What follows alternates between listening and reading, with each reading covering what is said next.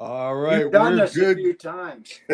Oh, yeah, I think this is the fifth time, maybe, but we are alive now with none other than AWA, Mid South Wrestling, WWE legend, the Berserker John Nord, who was also in WCW. How are you doing today, sir? Hey, Hannibal, nice to be here, my friend. Everything's going great. I just sit around and look at pictures of myself and just little things. Sometimes I stare at them for hours. No, good to be here. Yeah, that's a pretty huge picture of yourself there. Is that the one Yeah, from the WWE magazine?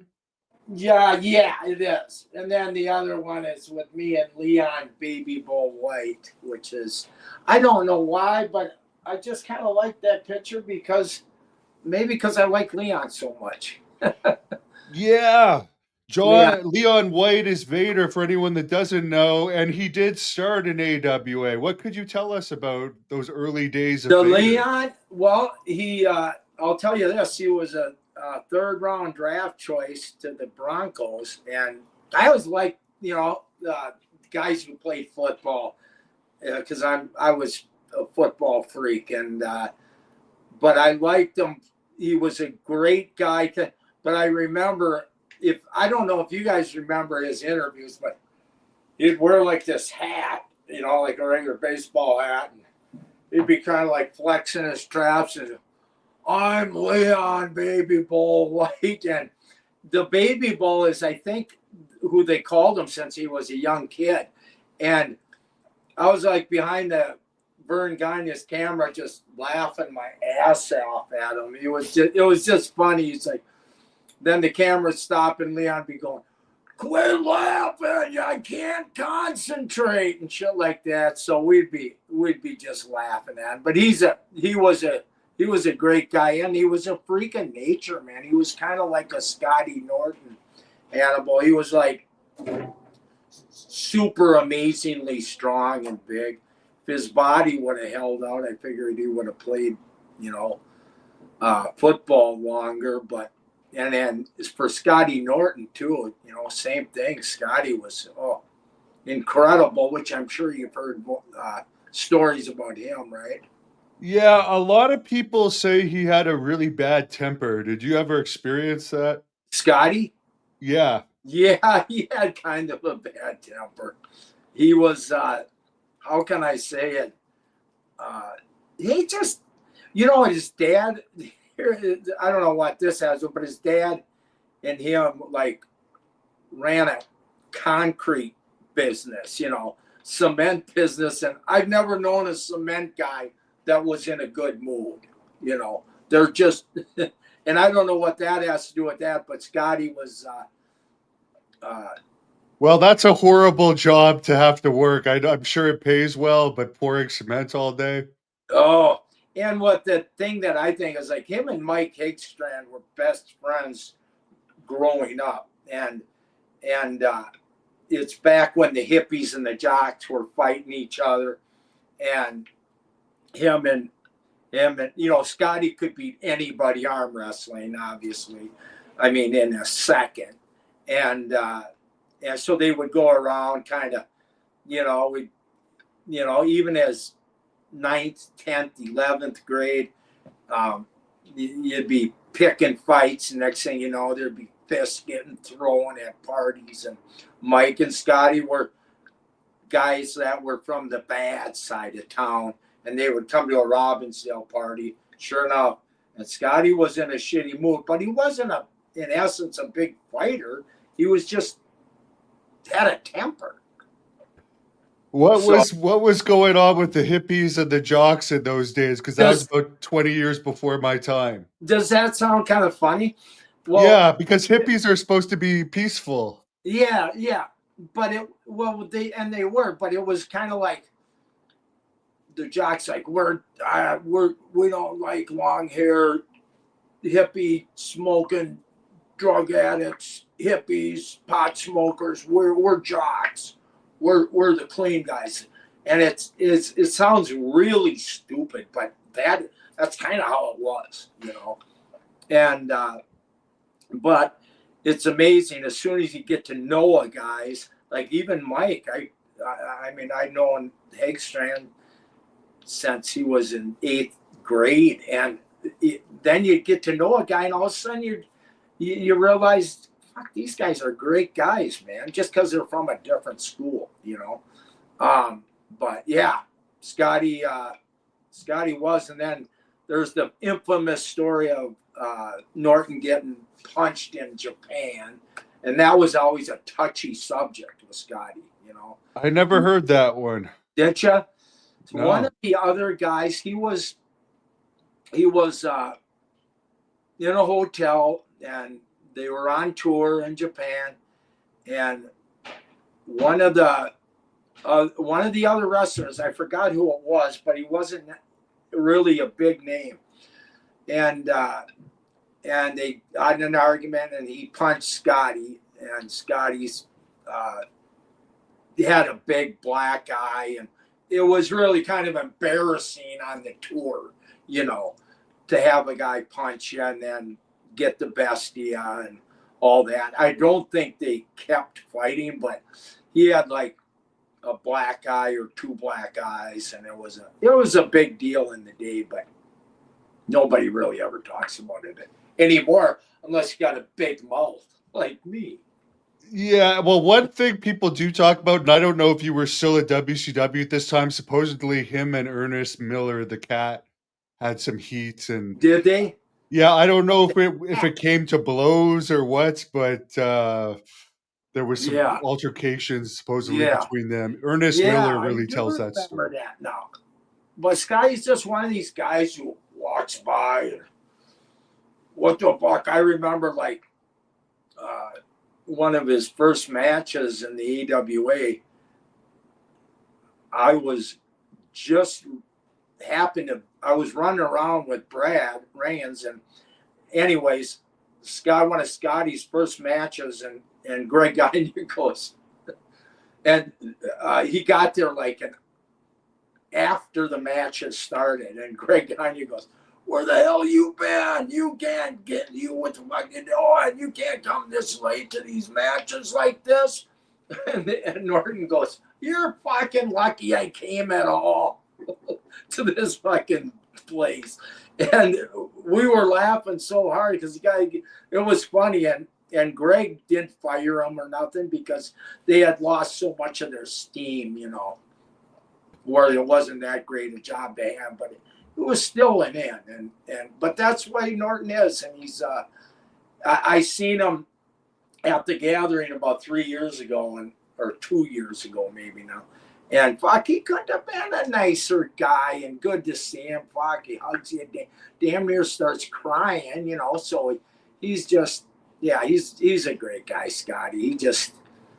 He just got into that tough guy shit, I think. Yeah, and of course the supplements that we've all taken here and there will add to Yeah, uh that persona. Like you'll feel superhuman yeah, and get more aggressive, I guess you could say. yeah. I agree with that. Um, yeah, definitely. Plus, you're drawing your lines of ego stuff, but the gas and a little Dianabol, a little testosterone never seemed to help my temper either. Now we I know how good Scott did in Japan, but you actually are way better remembered in the US than Scott. To me, everybody remembers John Nord, the Berserker. Why did Yeah, you not become bigger in Japan? Because in those WCW years, you were still in tremendous shape, and you seem like one of the guys that they probably could have sent there, and you yeah, probably would have done well over there. yeah, yeah. I mean, uh, it's funny. Uh, it's always when your body starts breaking down, and I don't know if I've talked to you about this, mentioned it, but when all of a sudden you got nerve damage on your left side, next thing you know, you start wearing a sweatshirt and you start covering up because your body's failing, and you're getting these injuries that no matter how hard you train, it ain't coming back. And the only thing that would help, I guess, is a lot of steroids, but I wasn't my brain just didn't always resort to steroids. And then, but Japan was such hard money. I mean, it was insane hard money. I mean, I thought I was getting 57.50 a week, and Stan Hansen got me my job there and said, "Hey, I know a guy you could use right now," because they had a few guys get hurt or something. And I thought, 57.50 a week, that's like off the chart. That's fuck, I'm rich. And of course now guys, they don't, I still think it's good money naturally, but no matter what, I just couldn't see being 20 or 10,000 miles away from home for that many months of the year, and be away from my wife and kids. My brain just wasn't going to do it. Yeah, as wild as you were, and I haven't ever heard stories about you cheating, and I heard you say you were loyal to your wife for Yeah, 35 years, and you were in good shape. You were a stud. I'm sure yeah, you could have got the arena rats. Is that just the Minnesota good values part of you that you wouldn't cheat on her? yeah. I would like to think so, but and then the other half is I was just always attracted to my wife. The actual physical attraction. I was just always attracted to her, and I was like, then it just didn't. I don't know. It just like you're on the road, and you're like, geez, there's a lot of ugly girls on the road here. But I don't mean that. But really, that was the bottom line, I think. And it ain't bragging. Let me tell you, I was in spots I should not have been, like in a hotel room, and the people, walking around with their freaking pants off and all kinds of crazy shit. But I just never got to. I got lucky. Some of it was luck. A lot of it was just no. I just don't want to go there. Yeah, I know it was different in the 80s, and I know Marty Jannetty exaggerates a lot. Yeah. But were the locker rooms different back then as far as more people would walk around naked even when they're not changing? Like, there's always the story Dusty Rhodes would just wear his cowboy boots for like hours on end. I think I said that.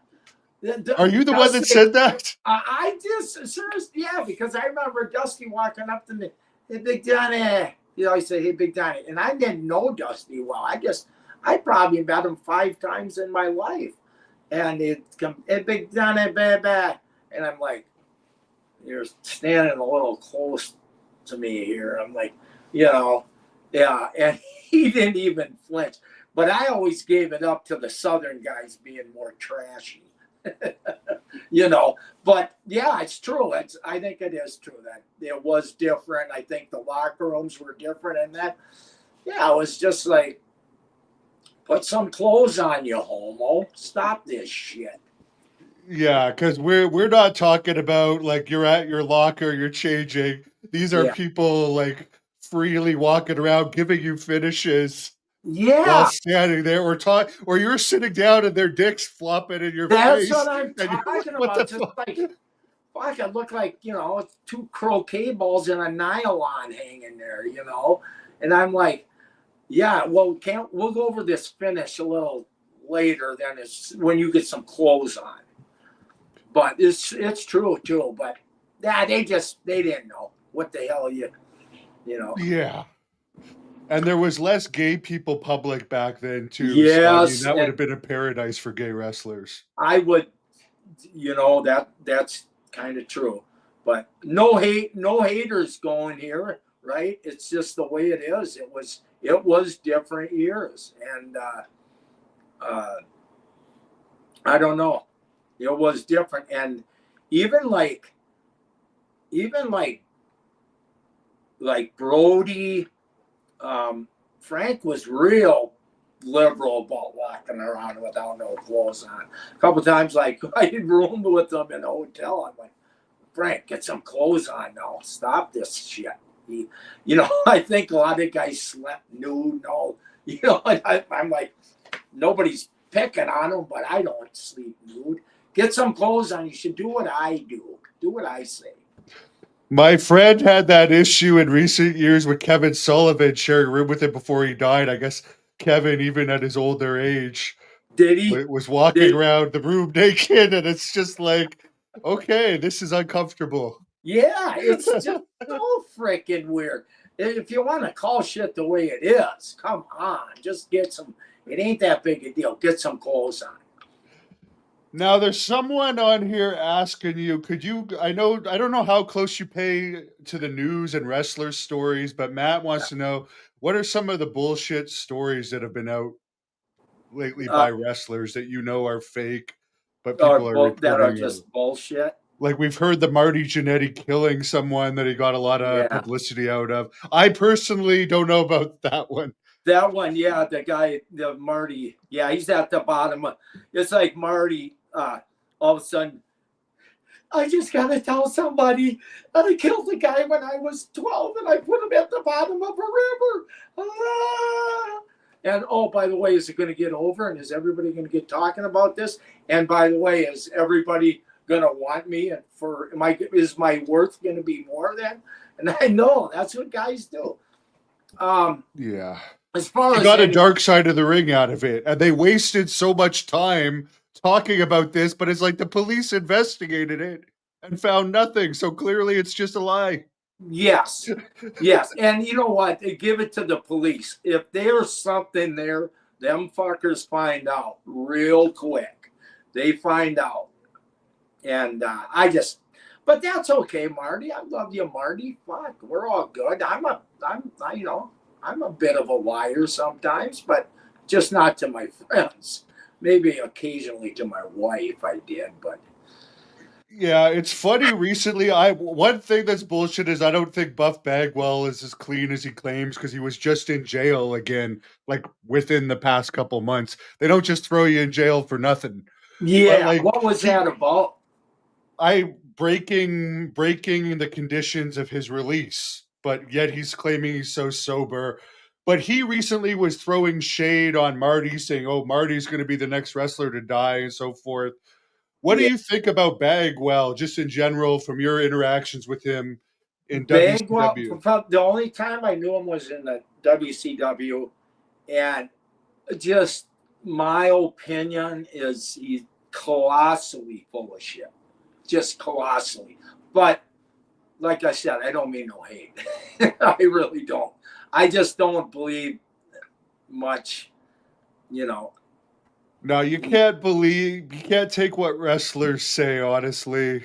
Not Um, not in that way. Not if they're a certain kind. It's like, here's an example. Now here's a guy I love dearly. He is the greatest guy in the world. Is Steve Kern. But Steve has got this way of just exaggerating everything.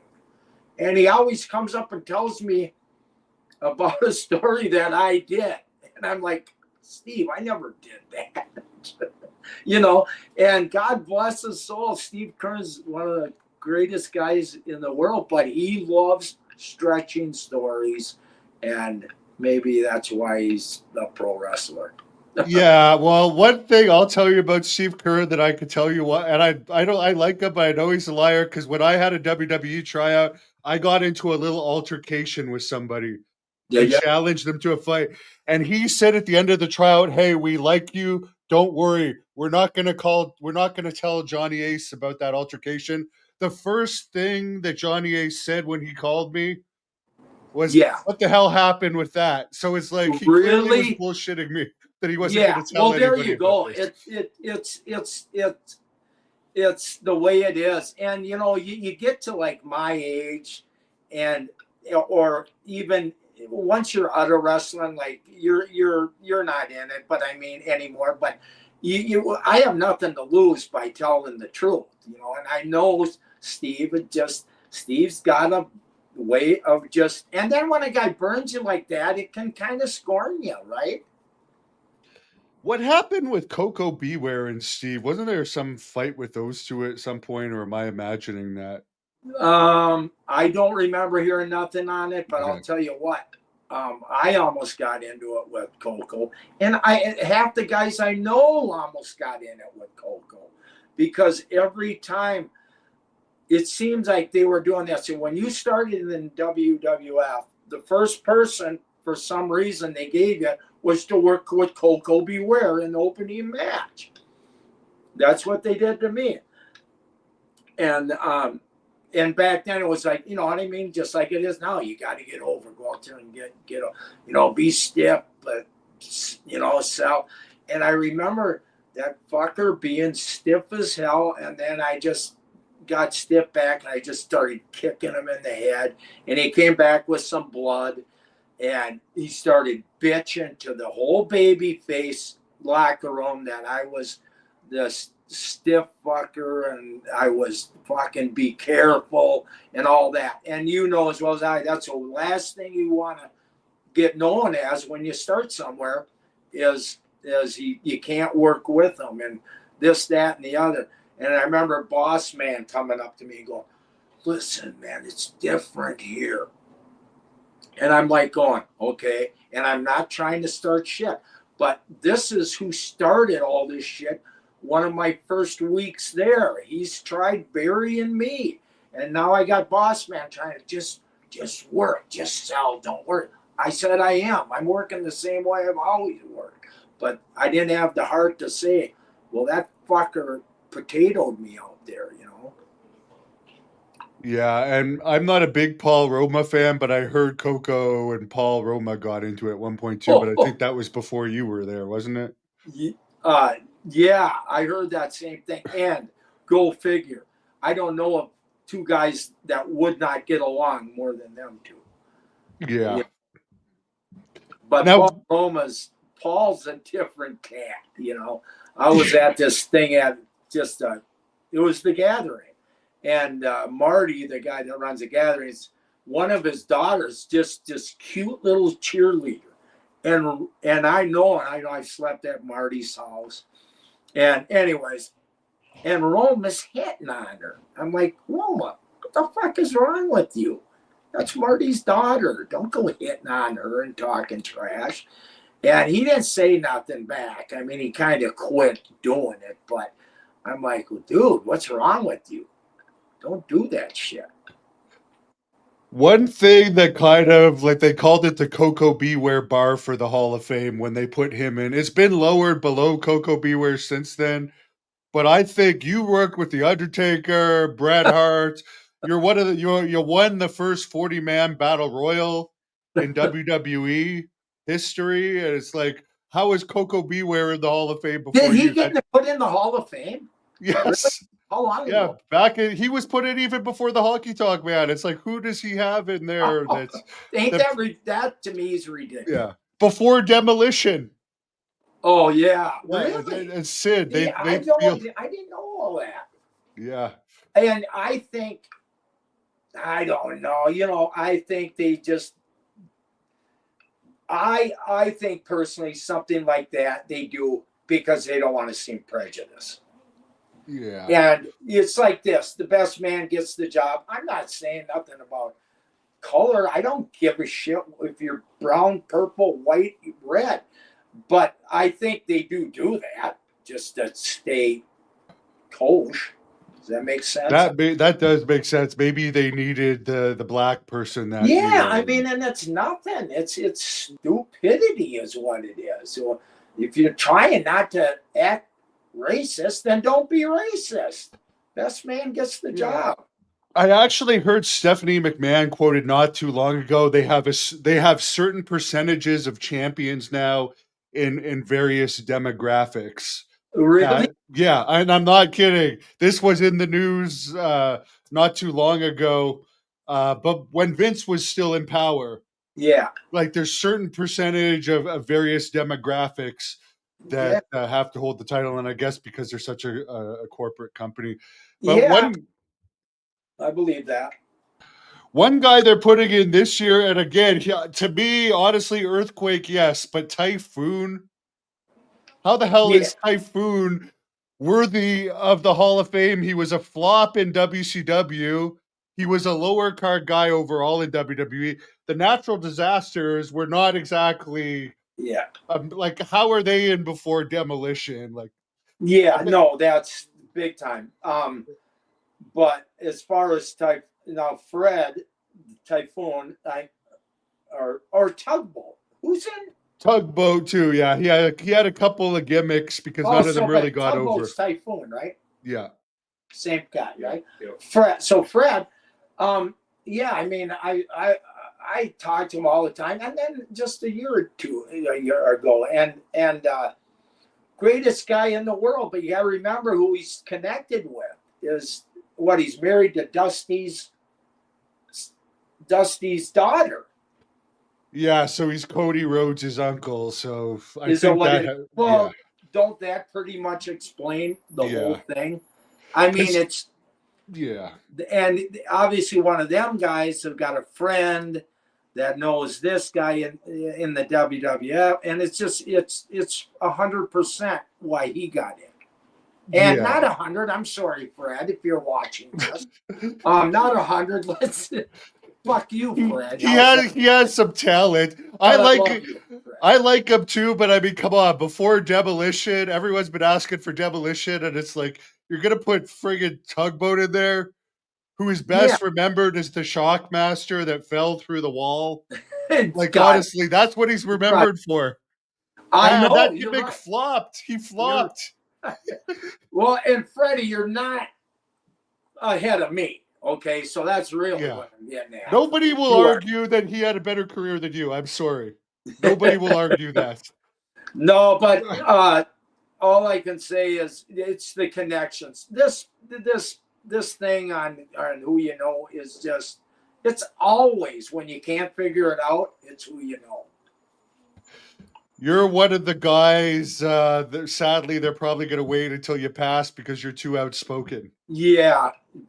I'll go out there and go like, yeah, I heard somebody slept with Stephanie or something like that. But now, who did I just hear that from? That's what kind of crazy. Well, the Macho Man stuff with Stephanie, that's who I heard. Yeah, many people have even Lanny hasn't really denied it, and Macho Man said it in a rap video. He said, "Hey," because back towards the end, he hated Triple H, and he was doing a rap, and he even said something along the lines, "I banged your wife," and then everyone's like, "Well, how can you invent this? This is ridiculous." Well, Macho Man said it. And Lanny didn't deny it when I asked Lanny about it. Really? Yeah. And Macho Man's ex-girlfriend, Gorgeous George, says that he also told her that. So that's the and then whoever I talked to this about, who was it, I says, well, hold it. How old was Stephanie? Well, she wasn't underage or nothing. I said, well, how old is she? I don't know. She was like 19 or something. I says, no shit. I don't know how all this, I don't know none of this stuff that ever happened like this, but it does, I guess.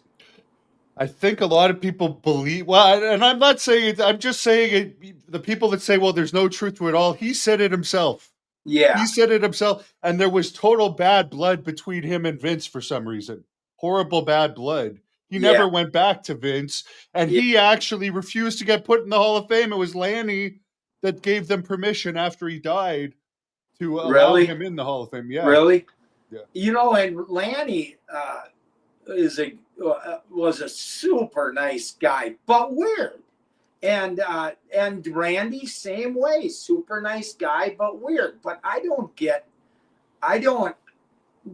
that's the whole point, is why I don't know if I believe it all the way, because I don't trust what Randy or Lanny would say. I just don't. Maybe I'm wrong. I don't know. Shit. I can tell you firsthand, Lanny is a liar. There you go. Then maybe it's the whole thing's a sham, probably. And it's a terrible. First of all, what the fuck is wrong with you, Randy? Sleeping with a girl. I mean, honestly, I don't know. I don't get it. Maybe because I got daughters and I want to and it pisses you off, That's kind of the reality of it. You got daughters, all of a sudden that kind of shit pisses you off. I know one of your kids is here, right? Filming this right now. Huh? Isn't Justin one of your kids? He's my nephew. Oh, he's your nephew. How Yeah. many kids do you actually have of I direct? don't know. They're all over the United States. Nah. No, I got three. Katie, Joe, Les. And my son was the wrestling coach at Columbia University in New York, and now he just quit because he got his master's. They actually got good. My daughter is a doctor, regular doctor, and and then my other daughter, I think she works for Zillow. They all got big jobs.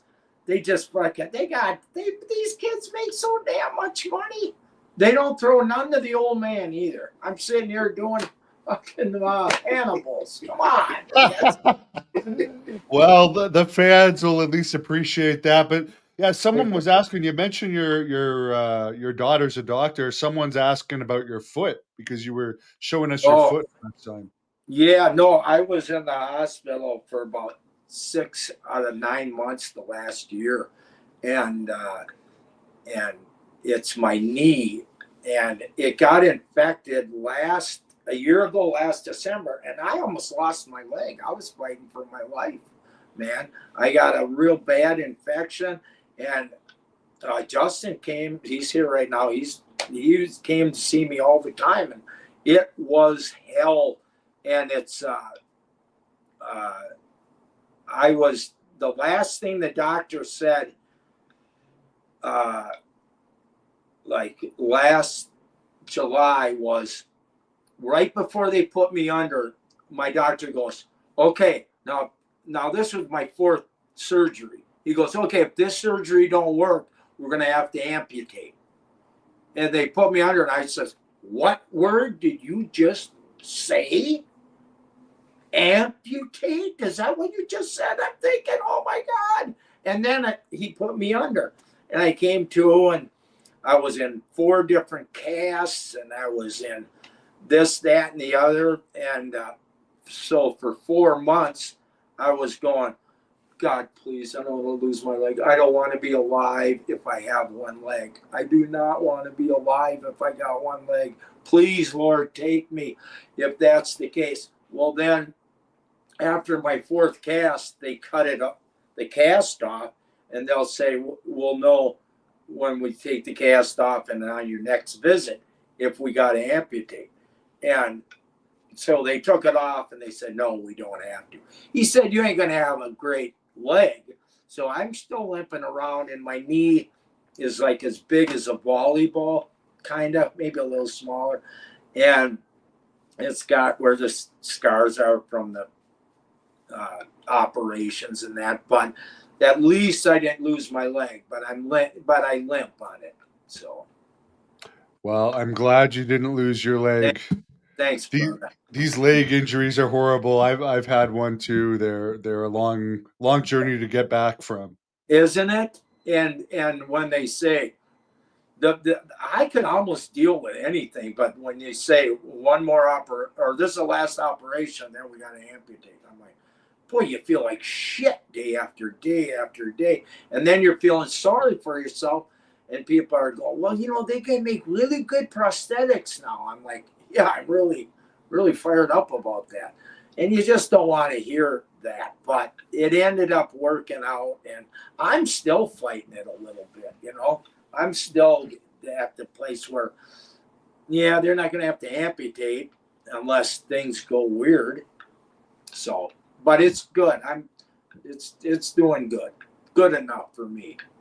I was recently watching a match from you at Maple Leaf Gardens, and you're jumping up and down before the match, just thinking about your legs, how the height you were getting. Was that blow you up? Because it's like you haven't even started the match, and you're hopping up and down in the Yeah, ring it like did 6 blow feet. me up, and I'll never forget. I had Vince tell Pat Patterson or whoever. I think it was Pat, or was it? And they said, why don't you to let them know how crazy you are? Why don't you start hopping up and down as high as you can before the match? I said, okay, yeah, I can do that. I'm thinking, God, and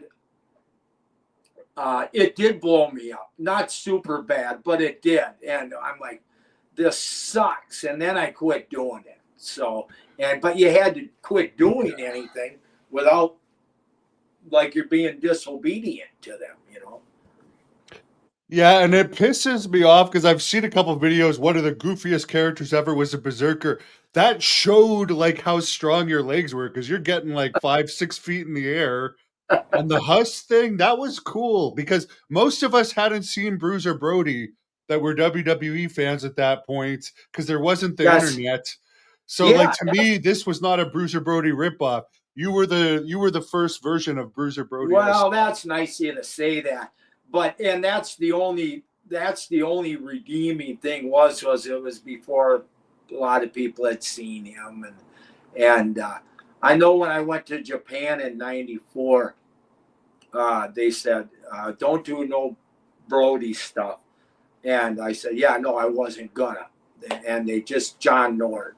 So I did a lot of tours in Japan. I think 6 or 7 in 94. It was just John Nord. And it felt really good because I didn't have to go, Huss, Huss, and, and fly around. And the main reason I did that was because they asked me to jump up, so. Yeah, and the Huss thing was cool because I remember seeing you at house shows and like the whole crowd was doing it. It was Yeah, over. yeah, that's it. But I'll tell you, just thinking out loud here, when I was in Mid South in '85, that's where I got that. Hold on, let me scratch that. In '85, I came in as the Barbarian, had my head shaved, and uh, doing, back then it was the Road Warrior stuff. Everybody started doing, shaving their head and doing the Road Warriors, and I was no different. So I was the Barbarian. But then Ernie the Cat Lad came up to me and Ernie was he was gone. Anyways, he come up and he says, why don't you start happing up and down? You remember Mad Dog Bashan? And the Yeah. reason he said that's because Mad Dog's from the AWA, Minnesota, Canadian. He knew I would know who Mad Dog was. Watch him, and Mad Dog used to do that hop, before the match. And he said, "Why don't you do that?" So that's how I started doing that in the Mid South. But then I quit doing it because it was way too much work. Yeah, and that's what I was thinking when I saw it because like in the gym trying to do 10 of those, a normal person will take like a 2 minute break after doing 10 of those, and you're like doing 6 of them and jumping right into a match. Yeah, So yeah, and it did suck. You're right. It did suck, as I remember. what Oh, happened to this white thing that you only wore a couple times? Did you just lose it? That white yeah, I lost it in my travels. half the time, half the time I would be too lazy to put my suitcase in the trunk of the rental car, and I would just put it in the back seat. So it happened to me 3 freaking times. I left my suitcase just in the back seat, locked the doors, like that was going to stop people. And as yeah. soon in Chicago, New York, and one other place, Portland, had 3 suitcases stole from me, and that's where that went. What happened with Lance Von Erich in Portland, by the way? No, what Lance isn't telling me the story. The captain isn't telling me the story. Let's get the story for you. Did he just not pay him, or was there something? Was it? Did it have to do with Lance? What did it The have to do with? last now here's crazy. That's a crazy story. So I ain't seen Lance Von Erich since 1987. So 38 years go by. This is what you're talking about, right? At the Portland deal. Yeah, because he thought you hurt him, right? You did hurt him, but he thought you did it on purpose. Exactly. And I ain't seen him in 38 years. He comes walking up to me. I didn't even know who the guy was, you know. Um, and not to cut him down because he ended up liking me after the Portland. But he said, I said, "Hey, how you doing?" And he comes up to me and he just looks at me and goes, "You ended my career." I said, "What?" He says, "Who's this guy?" And I asked Nick. He goes, that's Lance. And I asked Nick, the captain's corner guy. And I said, I ended your career. Really? I said, I did? What did I do? And he goes, you purposely drove my shoulder into the mat. I says, what the fuck is wrong with you? Are you serious? I says, no, I would never do that. Fucking never. Although, let me go with this. Frank didn't like him, and because Frank didn't like him, Lance concocted this in his head. That because even Lance said, and no, I seen him doing an interview. Was it on your show? Yeah, it probably was on mine. Yeah, because we were talking about you. Yeah, and he says, and John Nord was friends with Bruiser Brody, and then whoever he was interviewing might have been you. Said, oh, yeah, I heard he was really wild, huh? And Lance goes, no, he was clumsy. He was clumsy. Yeah, that was me, because I was asking wild as in behind the scenes. Yeah, but that don't even hurt my feelings. Come on, clumsy. I don't care. I'm not pretending to be a super smooth athlete. Who gives a rip? But Lance didn't say that to me when I seen him in Portland, naturally. But I ended up just going, man, dude, you're nuts. And then, of course, in Portland, Lance, it was 8:30 at night. And Lance goes to the airport, and he thinks he's so hammered. The guy's drunk 24/7, right, Lance? I hope you're watching this, because I know. And he was drunk. I will say he was not drunk the 2 times he interviewed with me. He definitely was not, but he wasn't drunk. Definitely not, 100% good. not. Well, then but I have heard that story from several people there at Portland, and I was okay. So you have already heard that, yeah. And you know what? And it ain't a hate thing. It's just fucking being funny. I get it, dude. You're human. I'm fucking human. We do crazy, stupid shit. Get in line. But it ain't about hate or not hate, man. I'm trying to be the best Christian I can be, but I don't do too well half the time. So. Yeah, because I had the thing was I'd only heard the rumor, and the fans were asking me since I had interviewed him, and when I asked Lance what happened, he didn't answer me, and when I asked the captain what happened, the captain didn't answer me, probably because he knew I was going to ask Lance. So exactly, and yeah, and it's like it's just, but Lance had that in him. He was like, you ended my career. You ended my career.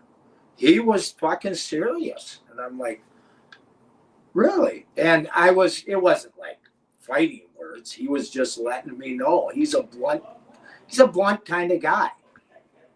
Now he did say, because I did interview him after Portland, and he did follow up on that by saying you were a great guy.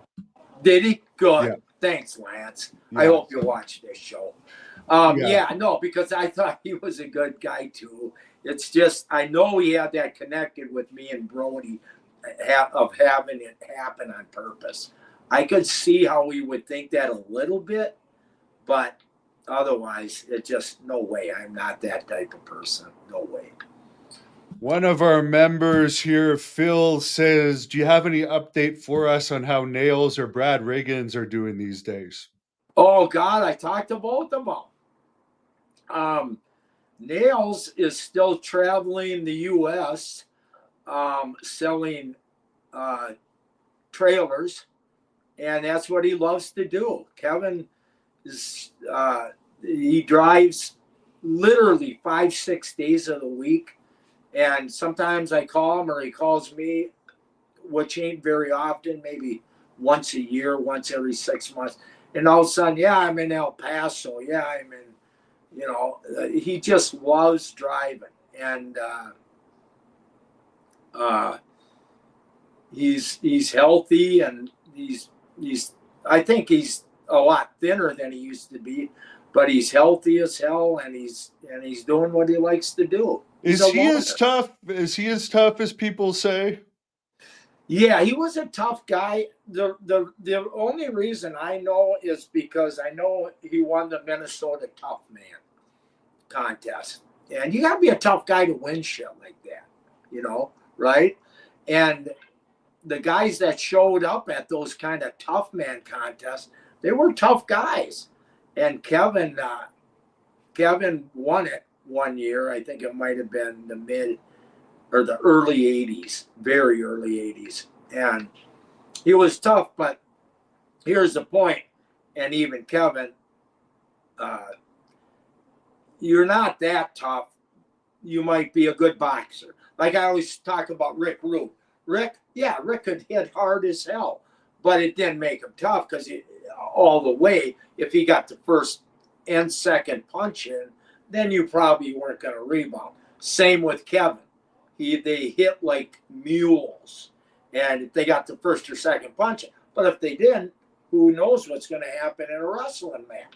All of a sudden, you got an amateur wrestler, and he grabs your leg and twists you and starts hammering you from behind. Whole different story. So now a guy like Bradley, my buddy, he's an Olympic wrestler and he's built like a cement block. Where are you going to attack the guy? And I just want to fight Brad. Yeah, I heard that he trained Vader and didn't he put Vader through a wall or something? Yeah, he had this little. He had in his basement, which was a high vaulted ceiling basement, and he had an outhouse built of like sheets of plywood so guys could go take a dump, and while other guys were out on the wrestling mats. Anyways, but Brad somehow got a wrist and back because he couldn't get his arms around him. I know that, but he had like a wrist and something. And he went like straight back over forward, and the whole outhouse exploded, So, but that's when, because Leon, imagine being Leon's size and strength and showing up at this pro wrestling camp, and this guy, let's say one and a half your size, or 5'10", 250, throwing you straight up in the air like that. It was just, yeah. But Leon, not nothing like Leon learned his lesson. He learned that it's a different world out there who you run into, and Brad is a different world that way. Didn't he stretch the hell out of the Nasty Boys too? Yeah. You know what? The Nasty Boys lived. You talk about the pro wrestling camp. These are all the guys that lived with Brad. Literally lived with him, paid their rent. Shawn Michaels, the Nasty Boys. There was like Marty Jannetty. Just a lot of guys that literally lived with Brad. And when the Nasty Boys showed up from old Pennsylvania there, did Brad stretch them? Yeah, I think they stretched them just back then in 1987 or whatever. I think he just had to let them know that, this ain't just a big fucking joke here, And they're great guys, though. They're the best. I love them because they're blunt.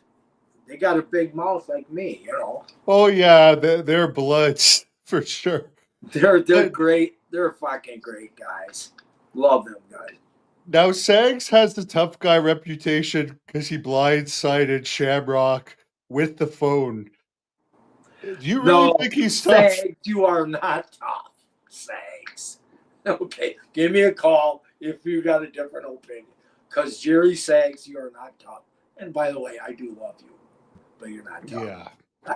Because from what I understand, like Shamrock busted down the door and he's going after Knobs and he's drunk and Sags is off to the side in the bathroom with his phone and Really? like blindsides him. Hold it now. Who's Shamrock? Ken Ken Shamrock, who later went on to the Ken UFC. Shamrock? They had I guess Knobs was feeling up some girl at the bar, and then they got in a little fight at the bar. And then Really? Knobs and Sags went back to the hotel, and then Shamrock followed them back to the hotel, busted down the door, but then Sags got him at the phone. So that's why Sags has this Oh, big tough guy reputation. really? But it's like Really? apparently Shamrock says he confronted Sags at an airport later on, and Sags says, "If you hit me, I'm going to sue you." Ah. So, and I Well, never there heard you of go. Sags beating anyone else up. Huh? I've never heard of Sags ever being in another fight. No, all I ever heard about was the cheer by Scott Hall, right? Yes, Ending yes. his career or Which something. they backed down, didn't they, from Nash and Hall at that point? But Nash had Sting's baseball bat or something, right? Yeah, and what? Sags won $1 million or something. I have no idea. Yeah, he what did. happened. He won $1 million lawsuit, and but that's all I've heard. But Sags says he's a fucking great guy too. But I don't think he would claim to be a tough guy, because you got to be a real tough guy to be a tough guy. Someone on here says they're a double amputee, and he says losing a leg isn't the end of the world. God bless your heart. Thank you for saying that. God bless your heart. Someone else wants to know, Mike D, what your thoughts are of Papa Shango and Giant Gonzalez. Well, Papa. Now, who's Johnny Gonzalez? Giant Gonzalez was the big Giant. guy in the. Sorry, I said it wrong, but the guy in the bodysuit there. He's passed away a long time ago now. George. Yeah. Yeah. Great guy. Great guy. He was just. I don't know if he got a push or not. Did he? Wasn't he really in and out pretty quick? Yeah, I think he had a feud with The Undertaker, but The Undertaker didn't like wrestling him. That's much. what I thought. That's what I thought. Because they never really had a blow off, really. They never had a blow off. Did they? No. There was never like a finish of that feud. Okay. Yeah, that's what I thought. That basically. That's a hard one to describe. But yeah, they never had a finish. You didn't either, come to think of it. You never had that match with The Undertaker. There wasn't as many pay-per-views back then, but I know you fought on house shows. But there was no like Saturday Night Main Event or anything where he like put you in a casket or something. Finality. No, that's right. Yeah. And that was the difference of wrestling back then. Is we're on the road 5 nights a week. Everybody says 6, 7. No, but you average 5 nights a week, and maybe 6 because you did 2 on Saturday, 2 on Sunday. But that's why people just didn't know what you were doing. You were in a different town every night doing, so I don't think I don't know. I don't think they felt the need to put it on TV and make it a finality type thing. But I was going to say, Hannibal who's the other guy you asked me about? Oh, Papa. Papa Shango, Godfather. I don't know if you got, you know where him and Undertaker met. Memphis, right? I heard that, I thought it was at the Crazy Horse Bar in Vegas. Now, maybe it was after Memphis, but I remember they had 2 Crazy Horse bars in Vegas. And they're strip clubs, and one of them is a really good strip club. But anyways, and he was the bouncer there. And next thing I know, I'm going in there with Undertaker, and like, yeah, this friend of mine, the bouncer, is a good buddy of mine. I said, oh, really? Oh, nice to meet you. This, that, and the other. And so we got in and got taken good care of and all that, and not with girls, but just drinking and sitting in there and going crazy. But that's how I thought they met, and I might be dead wrong. But as far as, here's what I used to get pissed off a little bit, was like, I thought Papa got in WWE so freaking easy, paid no freaking dues, and got a push. just because you know a guy. Period. You know, and that always kind of got me, man. I didn't, and I like Papa Shango, George, right? Charles. Charles, yeah, and he's Yeah, still, I think, Hannibal. under a Legends contract to this day. So they've taken very good care of him. There you go. My again, it's who you know. But it ain't a hate thing. It's just a real thing. If Pat Patterson was my fucking great uncle Pat, where do you think I would be? I'd be in the fucking Hall of Fame. But it ain't that big a deal, the Hall of Fame, unless it pays you some good jing. Then I think. Yeah. And it helps you get bookings after, really. So that's why I wish they'd put someone like you in there, because you can say WWE Hall of Fame. Yeah, no, thanks for saying that. But I had my buddies remind me of that. Like, no, you want to get in there someday because then it makes your bookings work more. And I think, Yeah. okay, I get that, I guess. And Papa Shango did have a great look. I'll definitely give him that. He told me a story in Albany a couple months ago, off camera. Well, there I go. I'm going to have to confront Papa now when I see. No, it's not about you, but he told me the Nasty Boys, when he was breaking into the business, broke into his hotel room and smeared shit all over the walls of his hotel room. Yeah, and he had. Did you ever hear that story? Fucking, I did. I think I was there. Yeah, I didn't do it, but yeah, they did. He made up with them. He made up with them since. He made up with them since, but he said he had nuclear heat with them for a long time over that. Oh, that's too bad. That's too bad. No, you know what? Charles Wright's a great guy.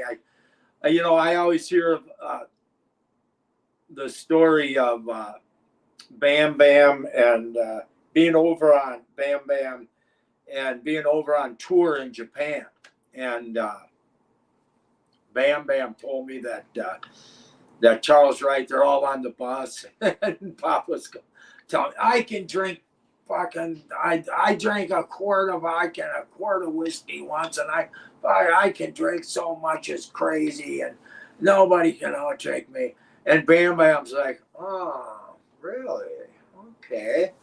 Bam Bam might have to do a Mr. Fuji on you.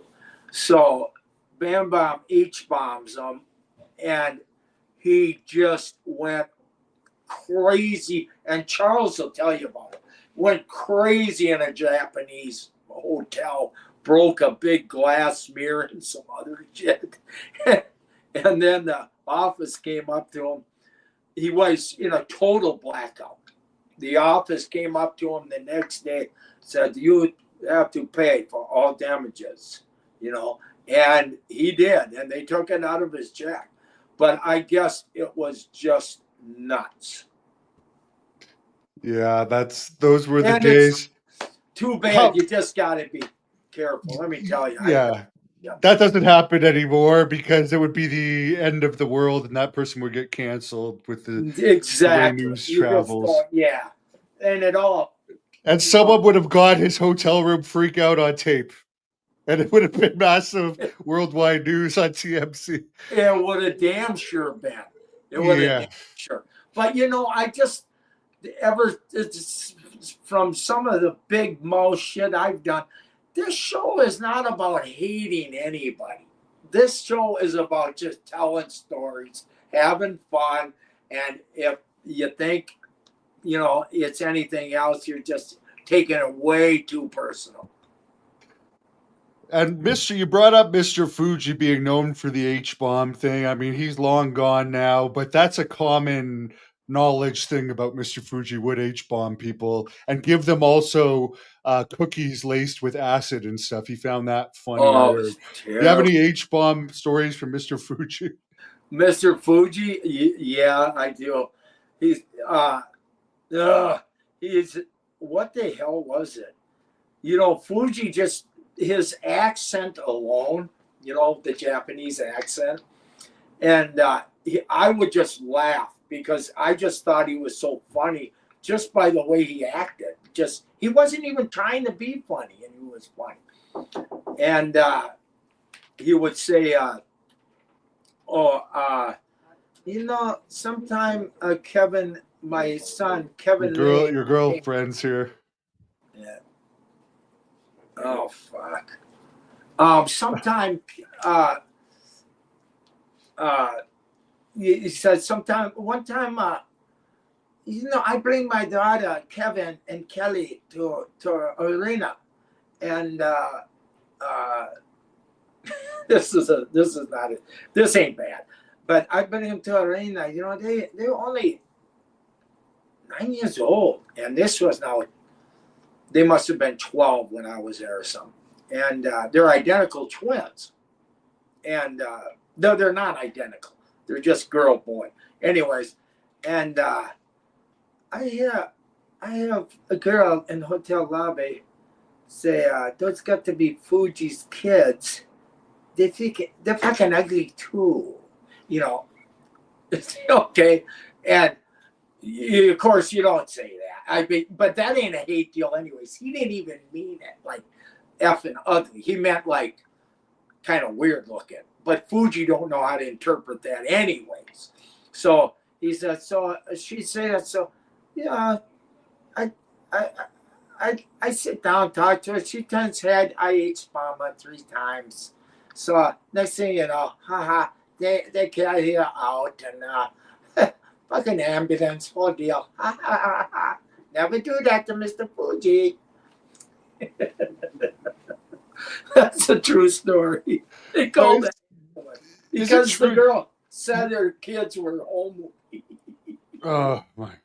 Well, you know what? Some people really take offense to insults of their children. Oh, if someone said that about my kids, I'd fucking H-bomb them too. I'd get in the ambulance with them and keep H-bombing them. But it was how crazy shit were when you're hanging around bars and night after night. Yeah. But that's bad, ain't it? Is that bad for me to say? That's bad, ain't it? No. Brutus Beefcake, I think, even said at one point the Rockers H-bomb people. And we won't go there, but Brutus said that at one point. And he got some heat from Shawn Michaels for saying that. And we watch in the Hall of Fame, and I like Marty. There you go. I won't go further than that. And it was a different. I mean, I know Kurt Hennig, Don Fry even admitted it. Kurt H-bombed people too. He H-bombed Don Fry, the fighter. Yeah. Yeah. And he said it was hilarious. Yeah. That don't surprise me. Don Fry, too, by the way, I got it. Don Fry is probably the toughest man that ever lived. I don't know of anybody tougher than Don Fry, do you?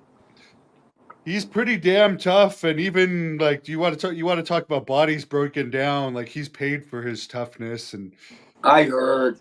And I think I'm gonna run into him in Vegas at this WrestleCon. I heard is he on the Yeah, Rick Bassman is bringing him. Rick Bassman it's funny, he's bringing both Don Fry and Tank Abbott. They're going to be at a table together, and they don't like each other. Really? Well, actually, yeah, Don still hates Tank. Tank's more happy-go-lucky about it. So maybe there's going to be maybe he's doing it on purpose. He's having like Dan Severn to give Rick Bassman a plug, Don Fry, Mark Kerr, who The Rock is doing a movie on. He's having Dan Severn? Yeah, Dan Severn, Don Fry, Mark Kerr, Mark Coleman, and Josh Barnett. I think all at the same They are some badass fucking dudes there. Don't heckle that table. Huh? Don't heckle that table. I think Butterbean too. Now that I'm thinking. Really? About it. Yeah. I guess I seen Butterbean. Yeah, but honest to God, there are some tough, and especially Sovereign and Fry. I mean, these guys are just. I mean, they are the toughest men at one time in the world. These guys. Oh yeah, I really look up to them guys because they're amateur, they're boxers, and they took a beating and they proved they're the toughest guys alive. What do you think of your fellow Minnesotan Brock Lesnar? Still, I guess he's still getting paid $12 million or something a year, but sitting on the sidelines due to something that doesn't seem legit. I'll tell you this is Brock because I know him and I know and I know Brad Rangans and they're best buddies. I can just tell you that I think he's just enjoying life too much with his kids and the farming, and you gotta just love it. He was a badass dude, and he had a great run. He could come back anytime, but that ain't his way. His way is he's gonna do things on his timing now, especially now, And I don't know. I just, like I've said before, it's just like he's one of the guys that I look up to in this business. I mean, he's the John Wayne of freaking wrestling. Yeah. He really is. I mean, he's just, I just look up to him. Uh, I don't know what kind of deal does he have with Vince? I don't know. Does he still get paid? Yeah, he still gets paid because they don't want him going to AEW. He's still Just under for that- contract. Just for that fact alone? No, supposedly he had sent some text message to Janelle Grant, but he didn't actually do anything with her. Oh yeah, She claims that it sounds like she almost wanted to have sex with him and he didn't want it. Why would he want Vince's rat? yeah. You know what? Honestly. I totally forgot about that. Tell you, and I was Yeah. talking about it probably a year ago with you. But yeah, the poop girl. Yeah, right. Yeah, supposedly he messaged her, let's see a pee or something. And I don't get all know, this but poop it's stuff stupid. mixed up. Poopa Shango, Yeah. the poop girl. I don't know. Gotta go poop right now. On and on. The poop never ends. It But, seems like that case is going nowhere these days and will that probably case end is up better in. than shit, Yeah. right? They're Yeah. already saying that Vince has already had like breakfast meetings with WWE people and they might put him in charge of the TKO boxing league that Saudi Arabia is going to fund. Brock? No, Vince. Like Oh. they're already like starting to talk to Vince again. And like the heat on Vince seems to be dying down by now. Oh yeah. I agree. And I kind of did hear the same thing. Yeah, I didn't know who you meant. I thought maybe you were talking about Brock at first, but No, I don't think Brock will fight again. I don't think so.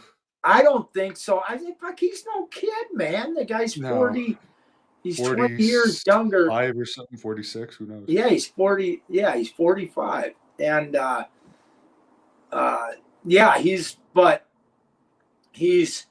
he was, as far as one time, he was probably the most famous guy in the world at one time. But like all things, it loses its steam. Brock Lesnar, to me, I still think he's the most famous guy in the world. But in reality, the name's gone down because he asked the younger guys, like I'll even say in public, you know who Brock Lesnar is? Just to get a conversation going. And they'll go, no. Whereas years ago, they would have known right away who he is. But nothing against Brock. It's just that's how life takes its fucking process. Yeah, I mean, there's The Rock is too. probably the most famous wrestler. John Cena and Brock Lesnar, they're the top 3 most famous wrestlers, probably. Yeah. Now, what's this? Did I see something against him and Cena, or is that old? It's going to be Cody. They didn't end up doing The Rock against anybody. It's going to be Cody Rhodes against Cena at WrestleMania. Oh, but it was going to be Brock versus. No, I don't know what they were doing with Brock, but they basically have 2 nights of WrestleMania in a 65,000 seat arena and about 39,000 sold for both nights. Now they got 2 nights of WrestleMania. I don't think it's a card worth 2 nights, though, to be honest. And they're paying like it's more expensive to go than ever. So you got to pay that price for 2 nights, and the card is watered down. To me, yeah. It seems that way, it being in the background, but let me ask you this. This WrestleCon they have that I'm going to, does that make that, you think people might spend more money at WrestleCon because WrestleMania is getting so expensive, or ain't not that how it works? I don't even know. I don't know, maybe because it's 2 days, more people will go down there for a longer time and maybe you'll make more money. I hope. I was just in Vegas earlier this week to get, Really? stem cells, and I was at the hotel where WrestleCon is gonna be. It's a very good hotel, so you should Yeah, have the fun what's there. it called? The The Westgate. Westgate. Really? So Yeah. you think what's your opinion on WrestleCon? You think it'll do good or not? Oh, I think it should do alright, and it's not far from the WWE Convention Center, where all the WWE's autograph sessions are gonna happen. It's within a walking distance, Really? so you'll have a lot of people go to both, I think. I don't know, but nobody it's like but even you I didn't you said I think so. And I'm waiting for someone to tell me that's gonna do great for sure. Because I just hope the guys that are bringing me in make good money. You know what I Yeah. mean? I mean, I'm happy with my pay, but I just hope I just hope it does good because WrestleMania I didn't think was a like you said a watered down card. I mean, to me, there's Cody Rhodes against Cena. I'm interested to know if Cena's gonna win the title. Right. Uh, Well, I that's don't the like Cody strength. Rhodes. I find him boring, so I would like to see some type of a change. Yeah. But other than that, I could care less about anything, let alone think that it should be dragged into 2 nights. Yeah, yeah. I'm not just saying it to agree, but but I do agree. And of course, I wouldn't know Cody Rhodes if I seen him walking down there. No. I really He's don't. very corporate. He's very, like, a yes man. You're not gonna have to worry about him, but he's like the perfect corporate Is he? champion. Yeah, very, very flat, very boring to someone like me. Well, you gotta be a bad boy. Mix it up a little bit. Fuck, it can't be all well said things, right? Someone even mentioning here 2 nights, and it's like 4 or 5 hours a night. Like, who could even sit through that that's not like a super fan? Because I get really bored. I have a short attention span. Do To it. me, Yeah, that's torture to sit through like 10 hours of wrestling in that 2 would be days. fucking torture for nine. Hey, listen, 9 out of 10 people, I would figure it'd be torture because what it would you give them that it's the oldest thing in the world. If you give them too much, they're gonna lose their interest in the long run. I don't know. Yeah, and the I think it's like $10,000 for front row. It's ridiculous. It's That so what? 20,000 for 2 nights. That's what I heard. Yeah. Grand for front row. Yeah. Oh I my don't know, man. god. Because Well, weren't you cut out of WrestleMania 8 because it was going to go over 3 hours or something? Back then, they cared more because people had to buy the pay per views. Now it's like Peacock that's and right. Netflix. People don't have to actually, I'm going to buy this because I want to see this match. So they had to make the shows as good as possible, it seemed. But now it's like, Well, I was talking to this guy from Europe just this morning. I did this thing for this Andre dude, and he's a book writer or something, right? And anyways, good dude. Well, I think he actually worked. I think he wrestled for 10 years in Europe, but now he's got a company. Is I don't know his last name. His first name's Andre. Anyways, on the WrestleMania when I was supposed to wrestle Davy Boy, and he wanted to know what happened there. And I said, I'll tell you exactly what happened. Why didn't we ever wrestle? Because the guys, the boys, back then when you're out there, get us about 15 minutes. Well, they right away start bogarting and thinking more time on the no more time on the tube, more time. If they'd say 15, I'm gonna go out there for 25 minutes and try to really bogart the fucking matches, which they did. So it was 25 minutes, 15, all these over 5 minute matches that were 5 minutes longer than what they should have been. And that's why me and Davey didn't even go out there. and to So, me, longer isn't better either for show length or match length. Like people say I'm stupid because I like Goldberg or a Brock Lesnar yeah, that have faster matches. Hell, I even like the Ultimate Warrior because it's like boom, boom, boom, action. It's not rest holds. it's It's almost a freaking relief to yeah. have guys just go kick ass, let's get it done. And And now we get to, yeah, I agree. These hour-long things, it's like we know it's fake. It's not like it's a real fight going an hour. Yeah. So your technical stuff, Right. it doesn't actually work in real life. If I We want to want to see just technical, know the finish. Just yeah, show us the fucking finish. But you yeah. know, the only guy I did that I had a hard time with is the Warrior. Now, as limited as my moves were, here I am calling the kettle black. Um, but he even the Warrior.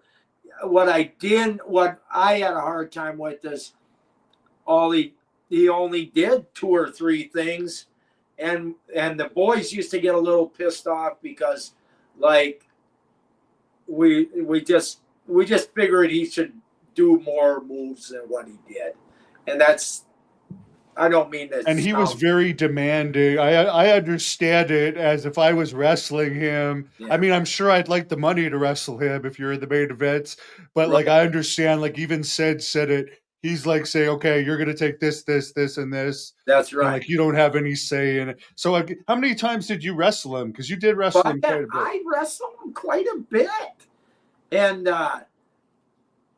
I would always wrap him up in the third and second rope and then go for a big boot. And then he'd friggin' backdrop me over the top rope because I just try to get a big response, you know. And I wrestled him quite a bit. But one Warrior I do got to say is I don't know what arena we were in, but he would never dress with the guys. He would always have his own room and locker room. And I remember kind of walking out in the hallway and up on the thing, Warrior, you know, in black magic marker, and he was in there, and I watched the the people that worked for the arena came in and asked them if please could you switch rooms. This room is not a room we really use. But I remember the room, it had like bulbs, you know, just like an old time, you know, actors, you know, in the mirror. Very small though, but he was in there. And this lady comes in and says, you can't be in here. Would you please? And she even apologized. And he's, I'm the warrior. I tell Pep, I am the ultimate warrior. I dress by myself. I get the rope. He starts screaming. I thought, like, where's the camera? He's doing a promo right now. For real. I thought like he was doing a thing for the matches or something. And this poor lady walked away just sad. I'm like, what the fuck was that about? And then they came back and they said, and he had to get his shit humbly, a humble warrior. He had to get his shit and move to the next room. And I'll never forget that. But I thought, well, you know what? Why it's fucked up is because this lady was just trying to do her fucking job, you know. And that one, but you know, we all fuck up. I'm Now not. they have buses. Now all the stars have their own buses. Like Cody Rhodes has a bus, and Randy Orton, I think, has a bus. CM Punk It's has just a bus. beyond me. No shit. Yeah. Yeah, I'm not kidding. They got buses like rock stars. I can't. It's just Yeah. it's beyond the pale. I don't get it, but I guess money seems to be unlimited to me. Yeah. Well, even for every time they go to Saudi Arabia, it's 55 million. So like you guys didn't have that in your day.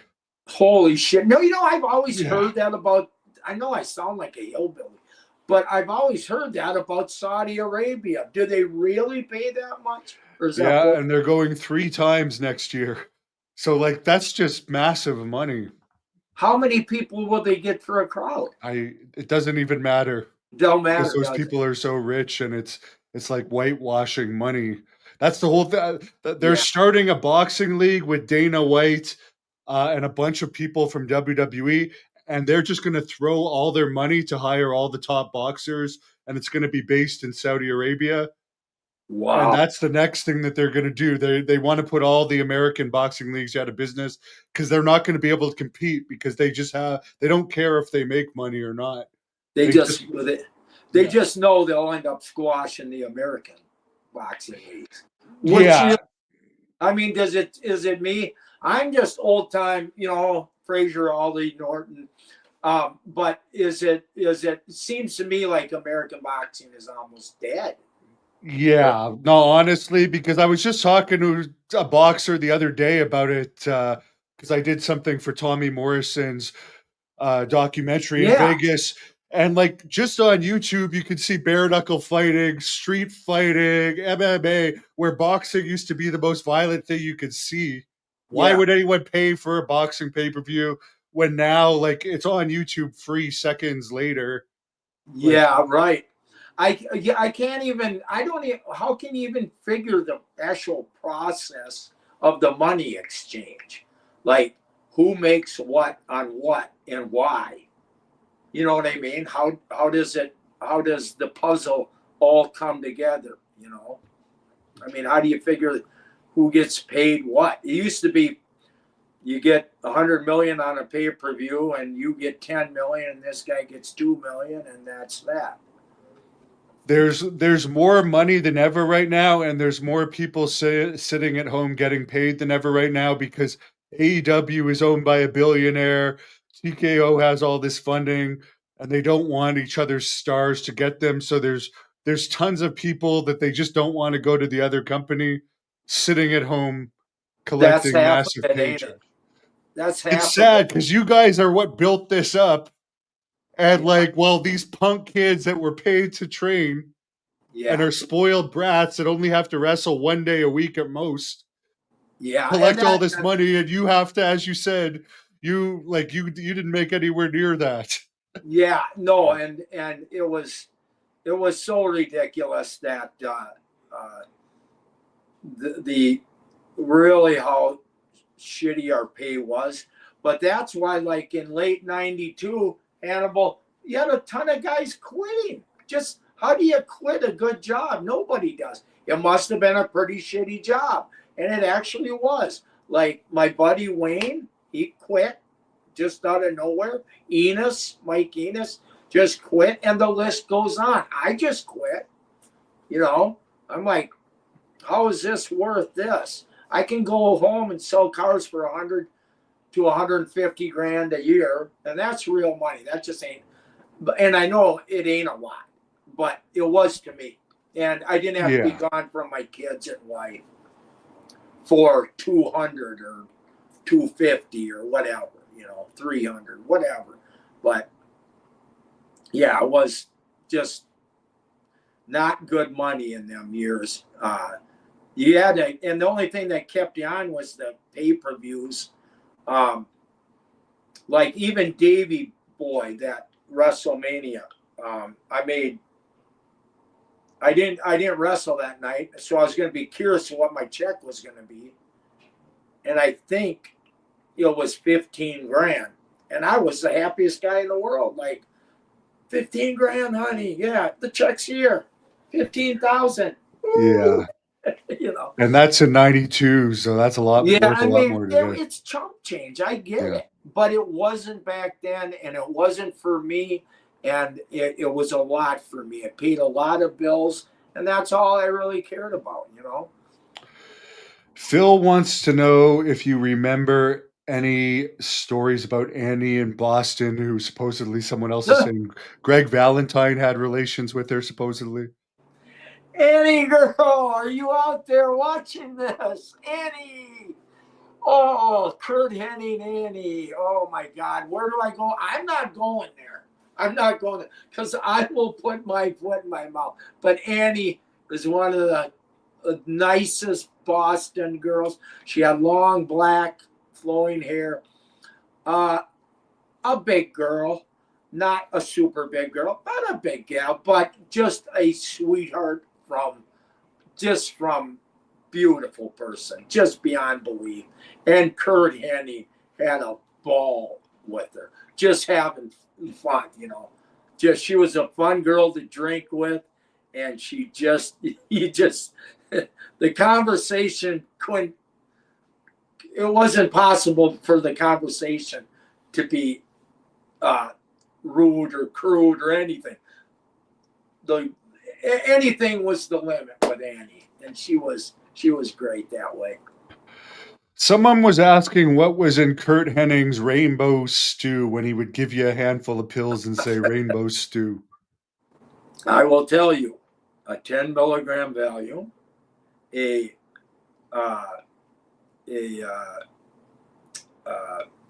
no, it was a 1 milligram Valium, a 1 milligram Xanax, and it was my rainbow stew too. So I'm not pointing fingers at Kurt. No, he would give this to people too, though, because I've heard Marty Jannetty say it. He'd be like rainbow stew. Rainbow stew. Like, and you know where rainbow stew came from. Yeah. That came from a Merle Haggard song. We'll all be drinking that free bubble up and eating that rainbow stew. It was a country song in the 80s that was big. And Kurt, of course, was all about country western. Of course, he was actually good as the West Texas Rednecks. That was one of WCW's mistake. Did he ever complain about that to you? I mean, they were over. They were over like crazy. He was good too. I was kind of like a mark for him. I'm like, Kurt, you're actually pretty good. You smart ass kid that I've known my whole life. And I thought he was pretty good. I have no idea why they didn't push it, except that Kurt, I don't know. As far Kurt could just, he was so mischievous, and it was a gamble. But was he a great guy? Yeah, he was the greatest guy. But it was still a risk. And you know, anybody don't like taking any risk, it seems. I don't know if that made any sense. But I heard they expected people to like those no-limit soldiers, but when everyone that they were feuding with, which I don't know if you remember, these rappers that they brought in, and like everyone went with the Rednecks instead. No, I don't remember this. They had this Master P and the No Limit Soldiers, which were a bunch of like bodybuilders that weren't trained, making 400,000 a year, and they were the whole point of the West Texas Rednecks was to feud with these No Limit Soldiers. But everyone ended up loving the West Texas Rednecks, who were supposed to be the bad guys. Hell yes. Hell yes. And you know, speaking of when you said you would have been great at them, by the way. We should have used you in that group. I love it. Thank you. You know, I was talking to somebody too about this tug of war we had, and it was in '92, and it was a tug of war versus the wrestlers, and we're all heels, versus the WBF bodybuilders. Yeah. And the WBF guys. And where was I going with this? And they were all under big contracts, I heard, and you guys were making all the money. Right. They were getting $250 a year, and that was huge freaking money. And if I remember, one of the, you know how you grow up here, you were looking at the bodybuilding magazines. Remember a guy named Danny Padilla? Yeah. You remember him? Anyway, he was like a little Italian bodybuilder.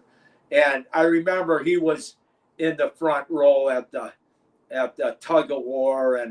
But what had happened was Kurt was our coach. And what had happened was they said, we all showed up going, is this a work? Is this a shoot or a work? We didn't know. And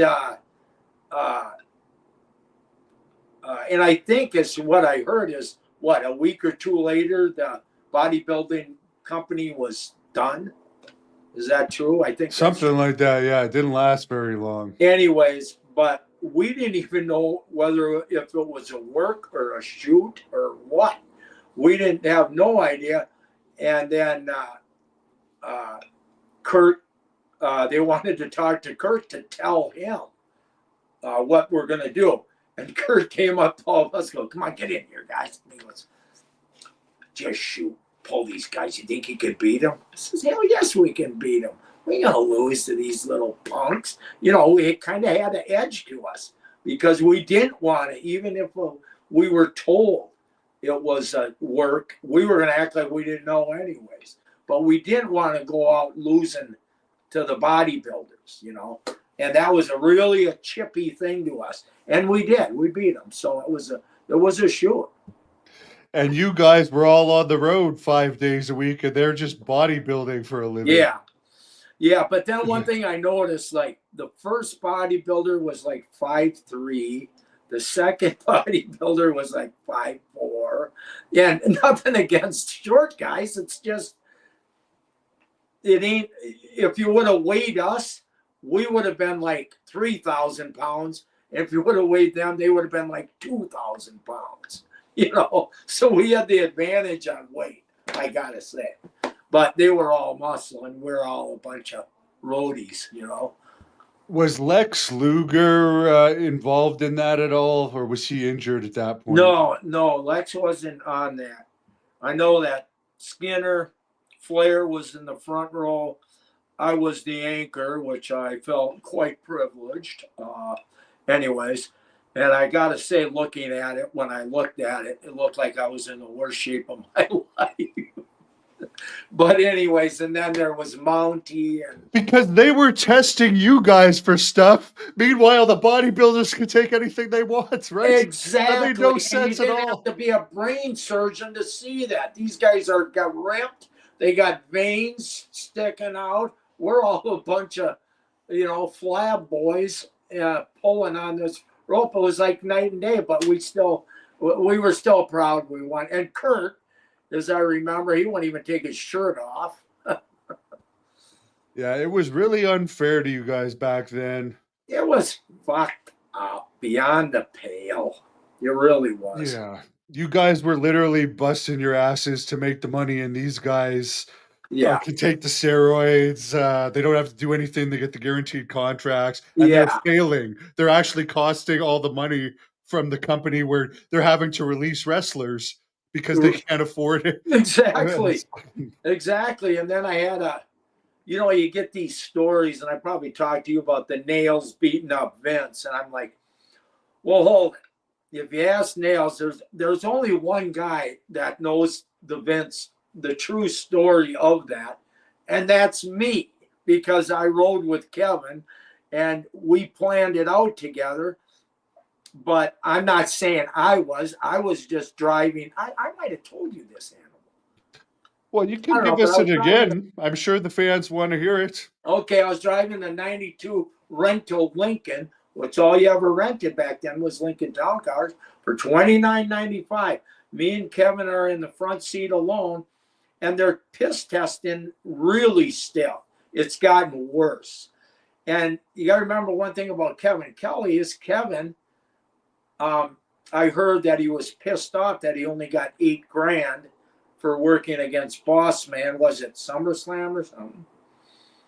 And he was pissed off about the $8,000 payoff because somebody else, or who, Undertaker, I think, got $50,000. Another guy got, anyways, but that ain't why Kevin did this. Kevin did it because he's been smoking pot since he's been 9 years old, every day, all day. If you know Kevin, that's how it is. That's what he wants to do. I get it. I dig. I'm on your side, Kev.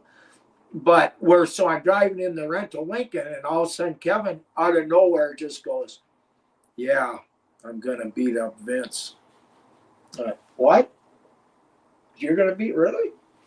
I said, when we get to the arena? Yeah.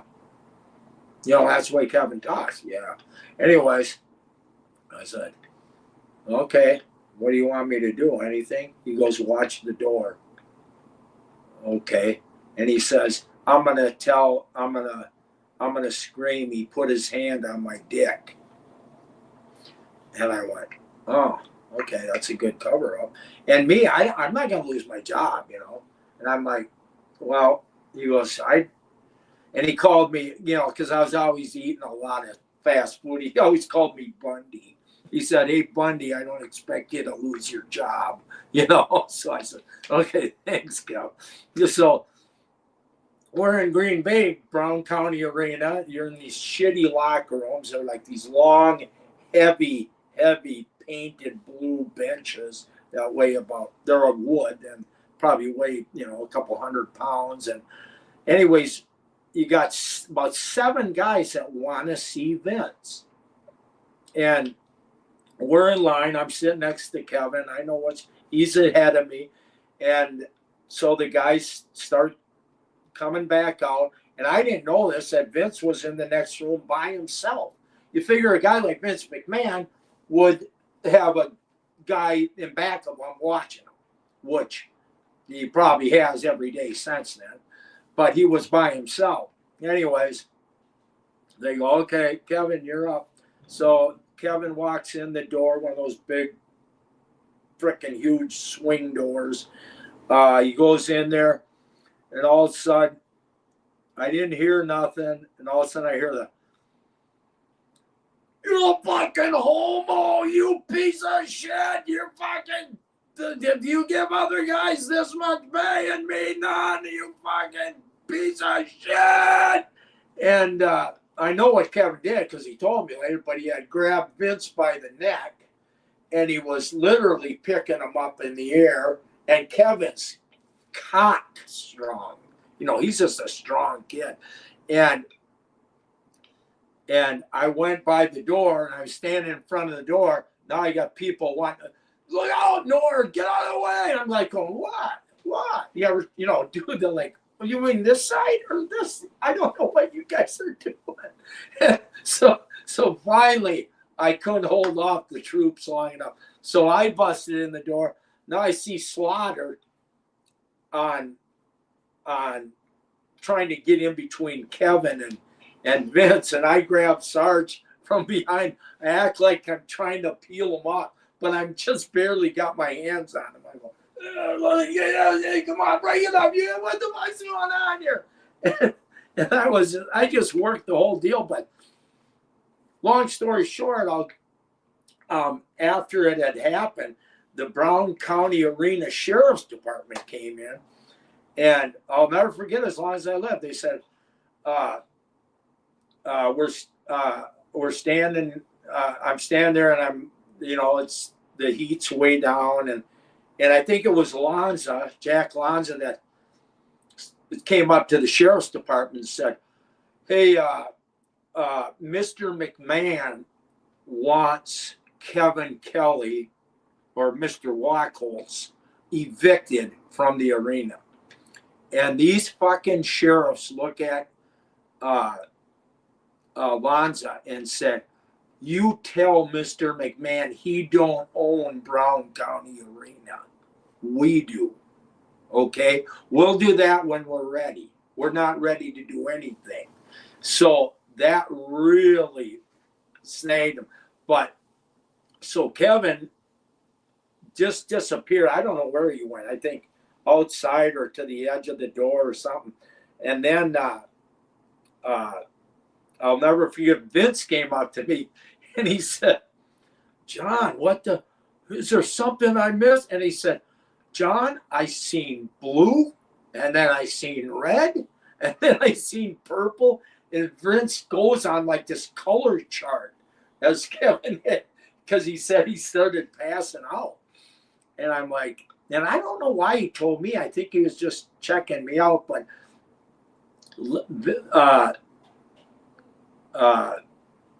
I just kayfabed. I didn't lose my job or nothing like this.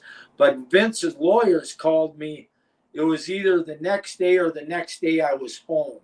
They called me at home and said, "Yeah, could you, what could you?"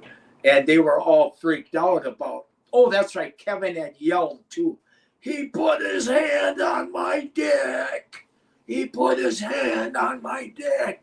So that was Kevin's, cover up to make sure, whether, it would protect him or get him a lawsuit or whatever. It never happened or nothing, but that was his cover. That was his plan, and that's okay. I've talked about it since with Kevin. But the bottom line is I said, geez, all I kept saying to his lawyers was, I just feel so bad for Vince. I didn't know what else to say. I didn't want to lose my job, And Kevin damn sure wouldn't expect me to lose my job. That was our deal, was you don't have to lose your job over what I'm going to do. But most people think it's because of this $8,000 payoff he got. It wasn't. It was because Kevin Kelly wasn't ever going to quit smoking pot, so he might as well quit his job now. That's was Kevin's thinking. So And the funny thing is, there's a lot of rumors now because of some of these text messages that came out about Vince, and yeah. rumors that him and Pat may have had something on the side, that like it's Oh, actually more believable now, the that's a accusation, even though nice it was made up. that's a nice thought. Whatever. Yeah. There was someone on here asking. I mean, I know you're not Pat's type, but did you ever notice any of that? Because he did retire for a while there due to accusations that Pat then they brought Patterson. him back. Yeah, then they brought him back when it cooled down. You mean when? Oh, you mean Kevin? No, like I mean, like, did you ever notice anything with Pat? Because I know there's always the rumors of Pat and the Brooklyn Brawler and Pat sexually Yeah. harassing some people. Did you ever notice anything like that? No, Uh, Pat was. Here's the one thing about Pat. Don't bullshit yourself. Pat's way too cool a customer. Guy's been around a long time. Now, with the brawler in that, I remember. The only thing I can tell you about that is I was kind of just a Midwest kid. I didn't really believe shit like that happened out there in the real world, but it did. And I remember one night, me and Brett were drinking, and the brawler came by, and Brett just went off on him. Started going, you fucking that. And I says, what Brett had said was he walked in on him in brawler. And then after he yelled at Steve Lombardi, I said, Brett, are you fucking kidding me? What did you just make that up? I'm thinking, and he's going, no, I walked in and this is what was going on. I said, no, you can't be telling me that. Yes. I says, holy shit. And that's the one thing I had the hardest time with, was I didn't really believe stuff like that happened out there in the office of the WWF, but it did. You know? yeah, And I mean, now they've reopened the Ring Boy scandal in Maryland because I guess they lifted the statute of limitations on that. oh, did Um, they? yeah, but that was related to mostly, I think, Mel Phillips, The which I oh, think he was gone by the time you were there, right? no, Mel was there. Oh, All I know was they said something about sucking toes or something like that. was it That's known? Was it like known by the wrestlers that like something weird was going on there, and you guys just didn't say anything because you didn't want to? yeah.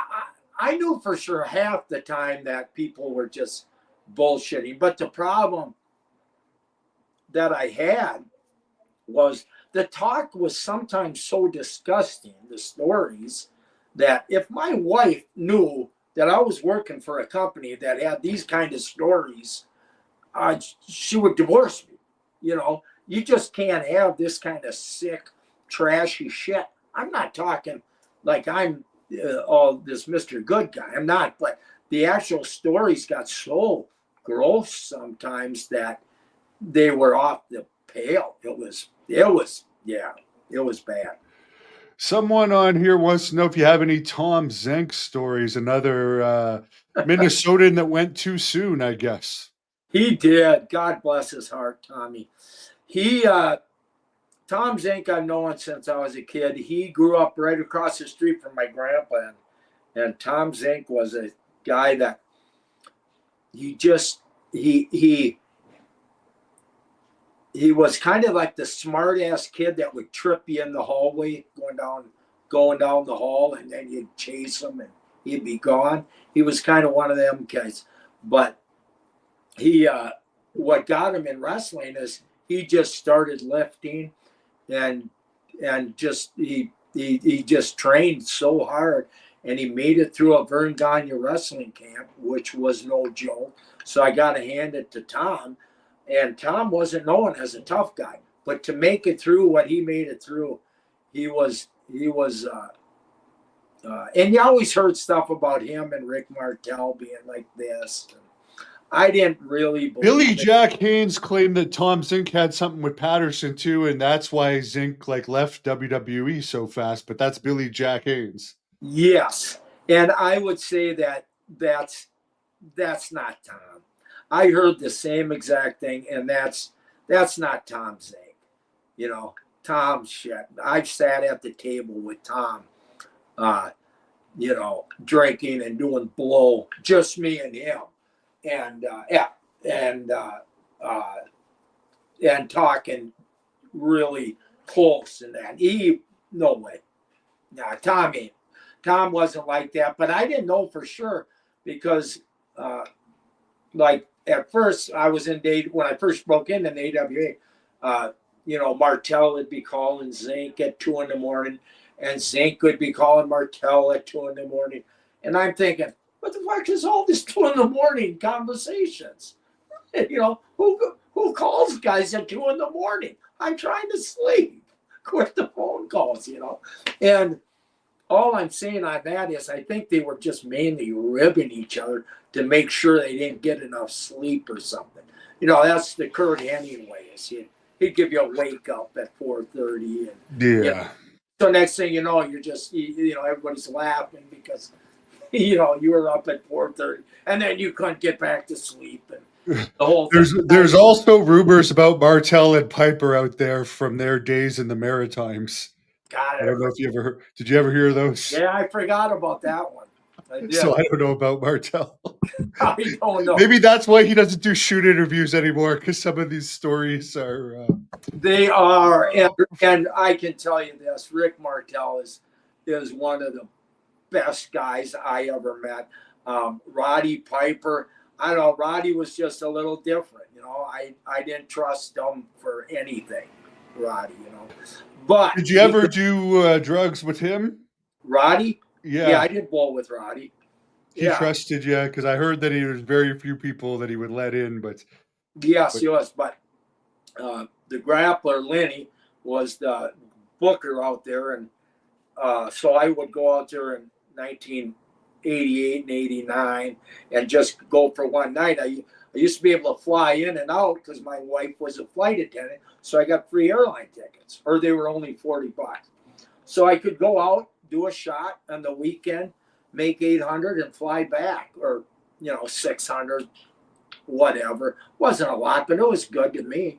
Anyways, and Roddy was was in on it with Don Owens.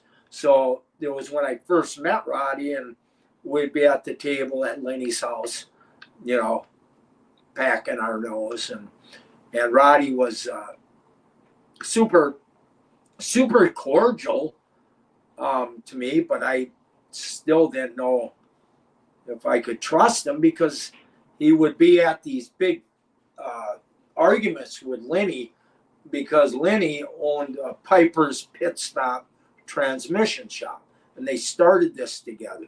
And Roddy threw in 40 grand so they could open up this transmission shop. Well, Lenny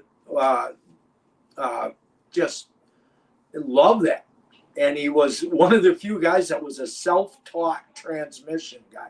The guy never put together a transmission once in his life till he opened up this shop, and he starts learning it day by day. I don't know how he did it. I still say to him, I go, you're amazing. I don't know anybody that can do that. But anyways, Roddy would go off on him and say, all of a sudden just turn on him. So because of that, then all of a sudden I didn't trust him because Lenny I trust 100%. So what was Piper like after a couple lines, or is that the Piper that we see on TV?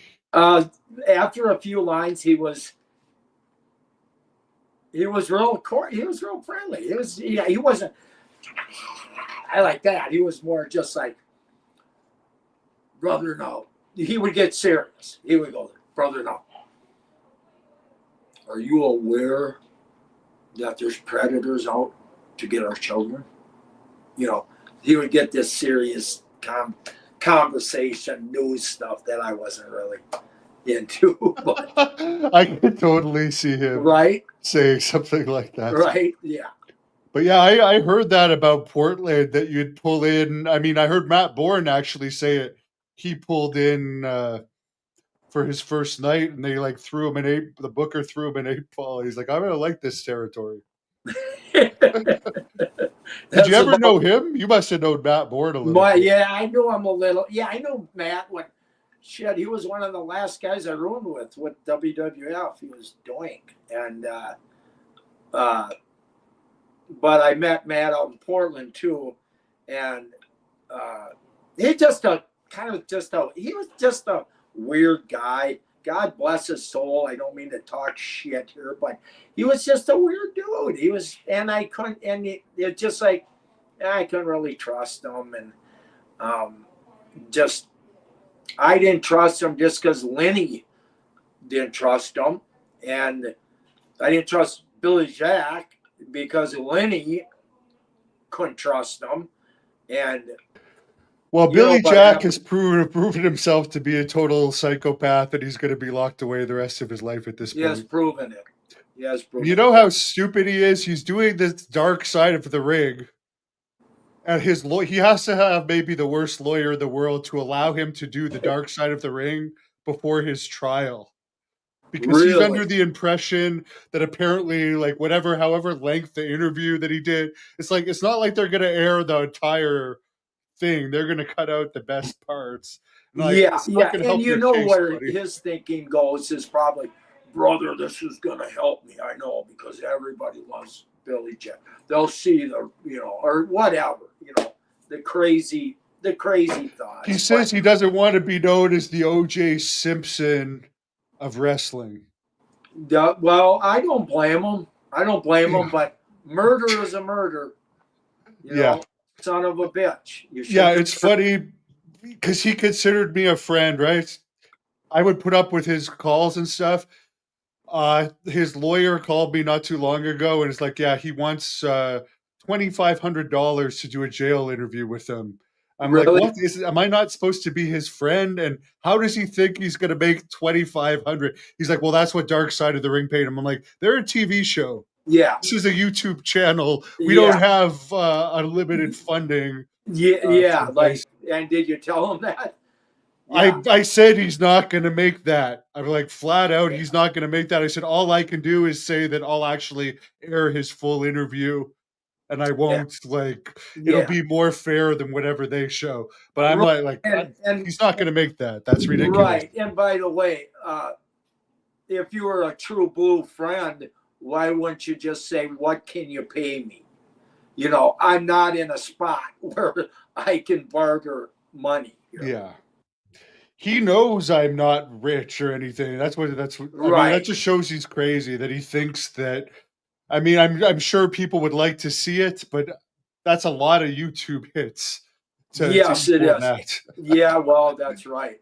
That's right. But But he's just so freaking just, yeah. It's how crazy his went is that's why I didn't go to Portland, by the way, because I was supposed to actually interview Billy at the same time. But once that fell through, really. that's when I'm like, oh yeah, I'm just not gonna go. Yeah. So it's too Yeah. bad, but I'll run into you another time. Yeah, and that's all you can do with a guy like uh, Billy Jack. And I'll tell you what, my buddy, the grappler, what the hell happened with him? Something happened with him where, oh, I know it was Brian Adams. Brian had invited, because I asked Lenny, the grappler, Lenny, I said, Lenny, what did happen on that? You told me a couple times. I guess I wasn't listening, but what did happen? Where Brian Adams, he had fired Billy Jack or something, Lenny, and he was the booker.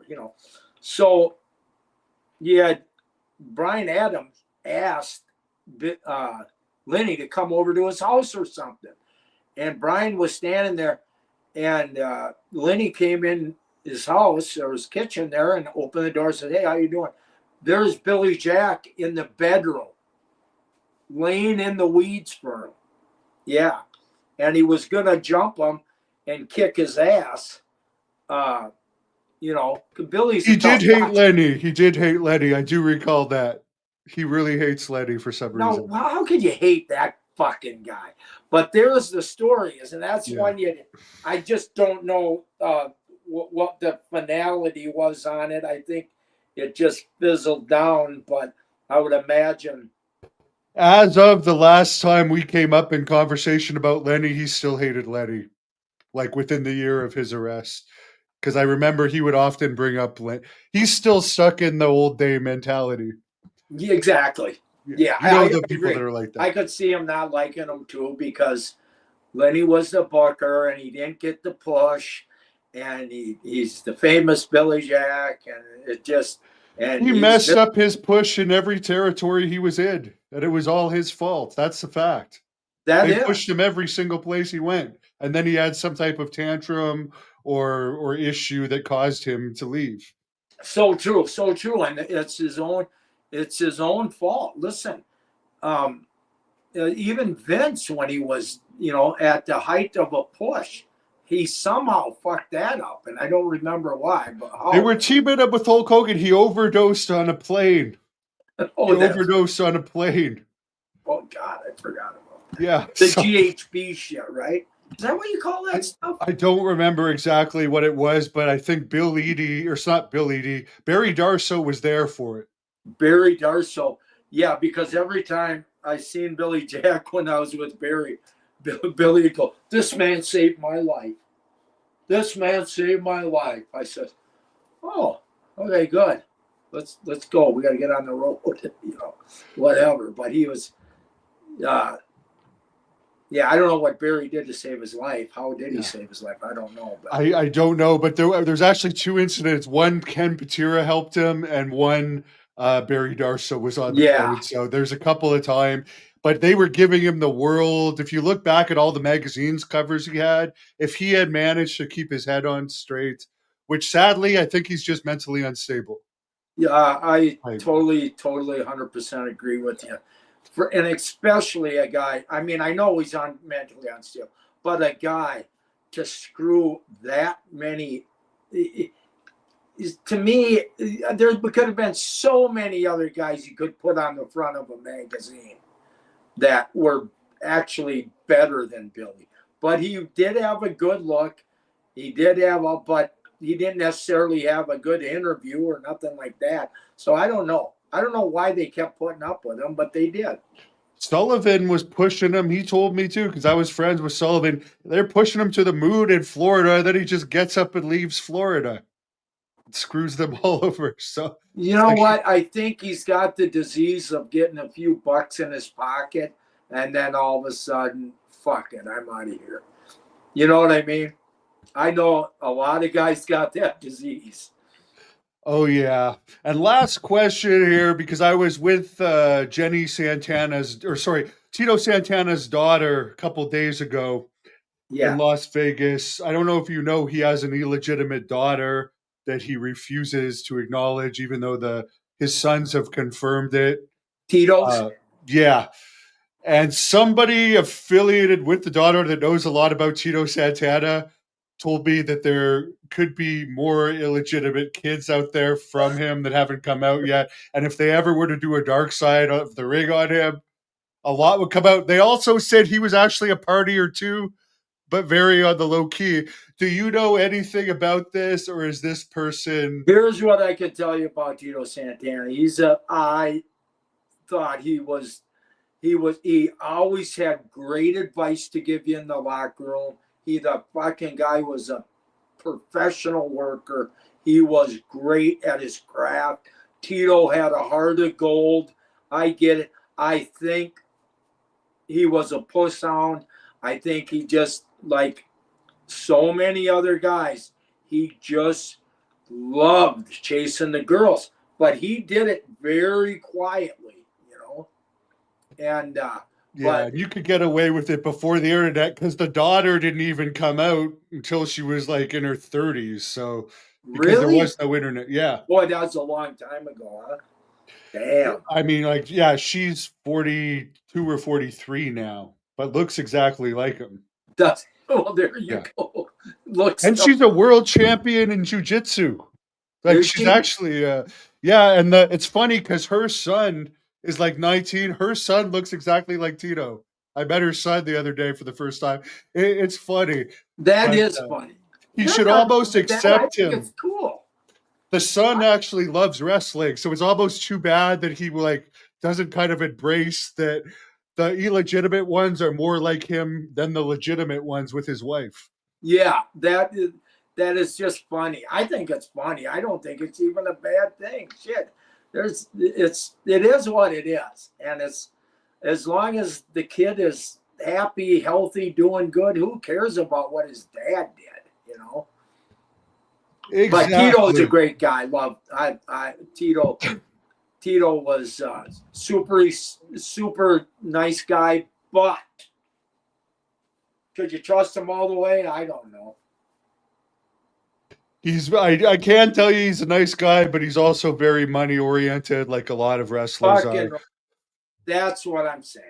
No, I'm not disagreeing with you on that. He's so, and that's what guys fall into when it's always about more money, more money, more money, the next money, the next dirt, the next, smack to say so they get higher up the ladder and talk bad about this guy so they get higher up the ladder. If you're going to talk bad about somebody, do it for free. That's Like his daughter, by the way. huh? That's his daughter, by the way. Oh, is In a that? video I did with her, you could tell the resemblance, Oh, but she's she's actually very good beautiful. looking. She's Yeah. gorgeous. You need to get in touch with her because they give stem cell injections. She works at a stem cell place. They can give you a stem cell injection to help Really? regenerate your injuries. Yeah. I'm Really? not kidding about that. Right there. She's at work, right? Yeah, they gave me the whole reason I went to Las Vegas is because they gave me stem cell injections for some of my injuries last week. Did they? So, Do you yeah. think that works? Yes. Does it? Yeah, to So, everybody different level, but you'll be feeling better. But you know what? I will mention you to her that you're going to be in Las Vegas what's it cost?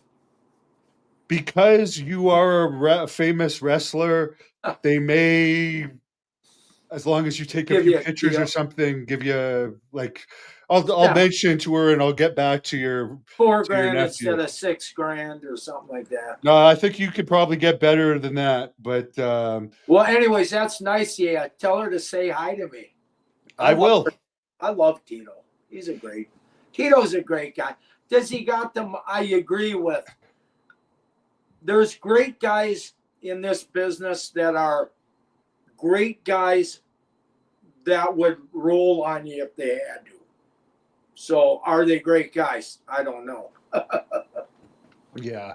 So next week you're going to be at the Westgate Hotel in Las Vegas. What are the days you're actually going to be there if any of the fans want to see you? Friday and Saturday. Yep. And by the way, Hannibal, if I could do, I want to put a shout out to somebody. I think my nephew Justin might have got to you and said something that I said about Wayne Bloom and my buddy's son Cal Von Wagner. But I want to give a shout out to them guys in that I hope that the AEW is smart enough to pick up a guy like Cal Bloom. The guy's big, he's good looking, he's freaking, he can work, and I think he'd be a, I think he's a, I think he's a diamond in the rough, or I think he's just playing a really good talent. The guy's been around years for a long time. All of a sudden, he's been around 6, 7 years, and he's a great find if somebody hires him. I'm not just saying that to get his job, but I also wanted to say I was sorry in that the way I told the Wayne and Cal story last time I was with you, because Wayne was really hurt by that, and it hurts me that I hurt him. So I just want to say I'm sorry to them guys that love him. Well, I think that they've been using Von Wagner in the Ring of Honor version of AEW recently. So Really? hopefully that we're. Oh yeah, he's been the last couple weeks. They've been using him in AEW. I don't know if he's under contract or just getting tryouts, but Wow. that See, I did not even know that. So good. Good, good. Yeah. But I love, me and Wayne Bloom have been friends since we've been 17, 18, and it just show you I said something, and it was me just being a freaking knucklehead. That's all. And sometimes if guys say stuff about me, and I write it off to them that they're being knuckleheads, or about my son, or whatever. It doesn't matter. The point is I said something derogatory, and he just took it hard. And Wayne, you fucking know I didn't mean it. Nothing bad. It just came out of my mouth. And last time I was on with you, Hannibal, I was still a little droopy from my Ambien I took the night before. There you go. And I actually just looked it up. Von Wagner debuts in ROH. This just happened. So there you go. We're giving him a plug. Really? That's a All picture right. from this week. He was right. He was in. Hopefully, he gets some of that AEW money because I hear the minimum is 150 a year for Really? wrestling. Yeah, for hardly wrestling. So I hope he I gets it. hope he gets. Oh, Cal, good boy, Cal. I hope you get it. And I want to know. Now I guess when I'm in Vegas, I'm going to do a podcast for Jake and Matt, Marcus, Jake Roberts and Marcus. Now, Jake's still under contract with them, ain't he? Yes, yes. They just don't use him. Maybe you could ask. Maybe you could ask him like what's going on there and text me about it. Is But there anything I should know on your job? I'm in question on your job techniques here. Now, do you actually go to work, or do you just get the button pushed and the money goes in your account? And yeah, that's Jake. Jake is people that like Jake are really hardcore fans of Jake Roberts because, brother, he is so serious, and he's got such a mysterious past, man. Anyways, that's how Jake talks, is how I think. yeah. I'm trying to look up right now if he is still with AEW because it's very interesting. But I It believe is, he is. I just don't think they've used him for forever. He's one of the ones sitting at home yeah, because they probably don't want him to go under a WWE Legends contract. God, that's the truth right there. I'll tell you, I talked to the grappler probably almost every day, and he just told me Jake just called him like 3 to 4 days ago because one time uh, Jake just out of nowhere called the grappler and said, "Hey, man, you want to go fishing?" And they're both Texas guys, so they talk the same talk. And Jake took him fishing, paid the whole bill, put out the red carpet. He couldn't have been any nicer. And I got a lot of good memories with Jake. I love Jake Roberts. I really do. I like to poke fun at him and sometimes call him on his bullshit, but I really like Jake. We partied a lot in 1985. So, and his wife Cheryl, me and my wife had dinner with them guys uh, uh, half dozen times in 1985. So we got really close, and I really like Jake because I just find him entertaining. That's all. Well, I've actually looked it up through AI, which gives you all the correct answers most of the time. So Yeah. here we go. Jake the Snake is still with All Elite Wrestling as of April 5th, 2025. He has been signed since 2020. It's speculated he makes in the range of 250 to 500,000 a year. So there you go. Congratulations, Jake. Let's get my good friend here, John Nord, one of the best guests on this channel. No one's going to argue with that. Let's get Oh, him in there in some role. yeah, thanks, Hannibal. Thanks. Yeah, Jake, just send me some. If the word gets out to you, Jake, I can give you my address. I'm caught short a little bit on the money, so bring it my way. And I wonder if that, they seem very happy together, but I wonder if Cheryl would have got back with him if he was still having to do the indies. Well, Jake has a way, like every other guy, Jake has a way of either driving you fucking crazy because of his fucking ego, or you love the guy and all you do is laugh with him. Very But good. Well, it's been great having you on. Hannibal, thanks. I Thanks. appreciate you. I do, and I mean that. You're a good dude. Me and my nephew Justin here, he's a fan of yours, and I am too. Well, I'll let you close this off with whatever you want to tell the fans, and I hope they come to see you at the Westgate next week at WrestleCon. And someone said you're also coming to New Jersey soon. So Yeah, I am. come out and meet Yeah, 'em. thanks. And I am. I'm at both them. And you guys, anybody listening to this, stop on by my table. Even if you don't spend $1, you can still stop at my table. I don't care. I love to talk. And wrestling fans really are the greatest fans in the world. And I don't know what show it was I did. I don't know what, a couple of years ago. And I remember what I said. And I think the fans thought it was kind of funny. But I said, you know what? Every morning of my life, you know what I do? I wake up and I say, I'm gonna fuck somebody up real bad today. No, that was a joke. I got problems.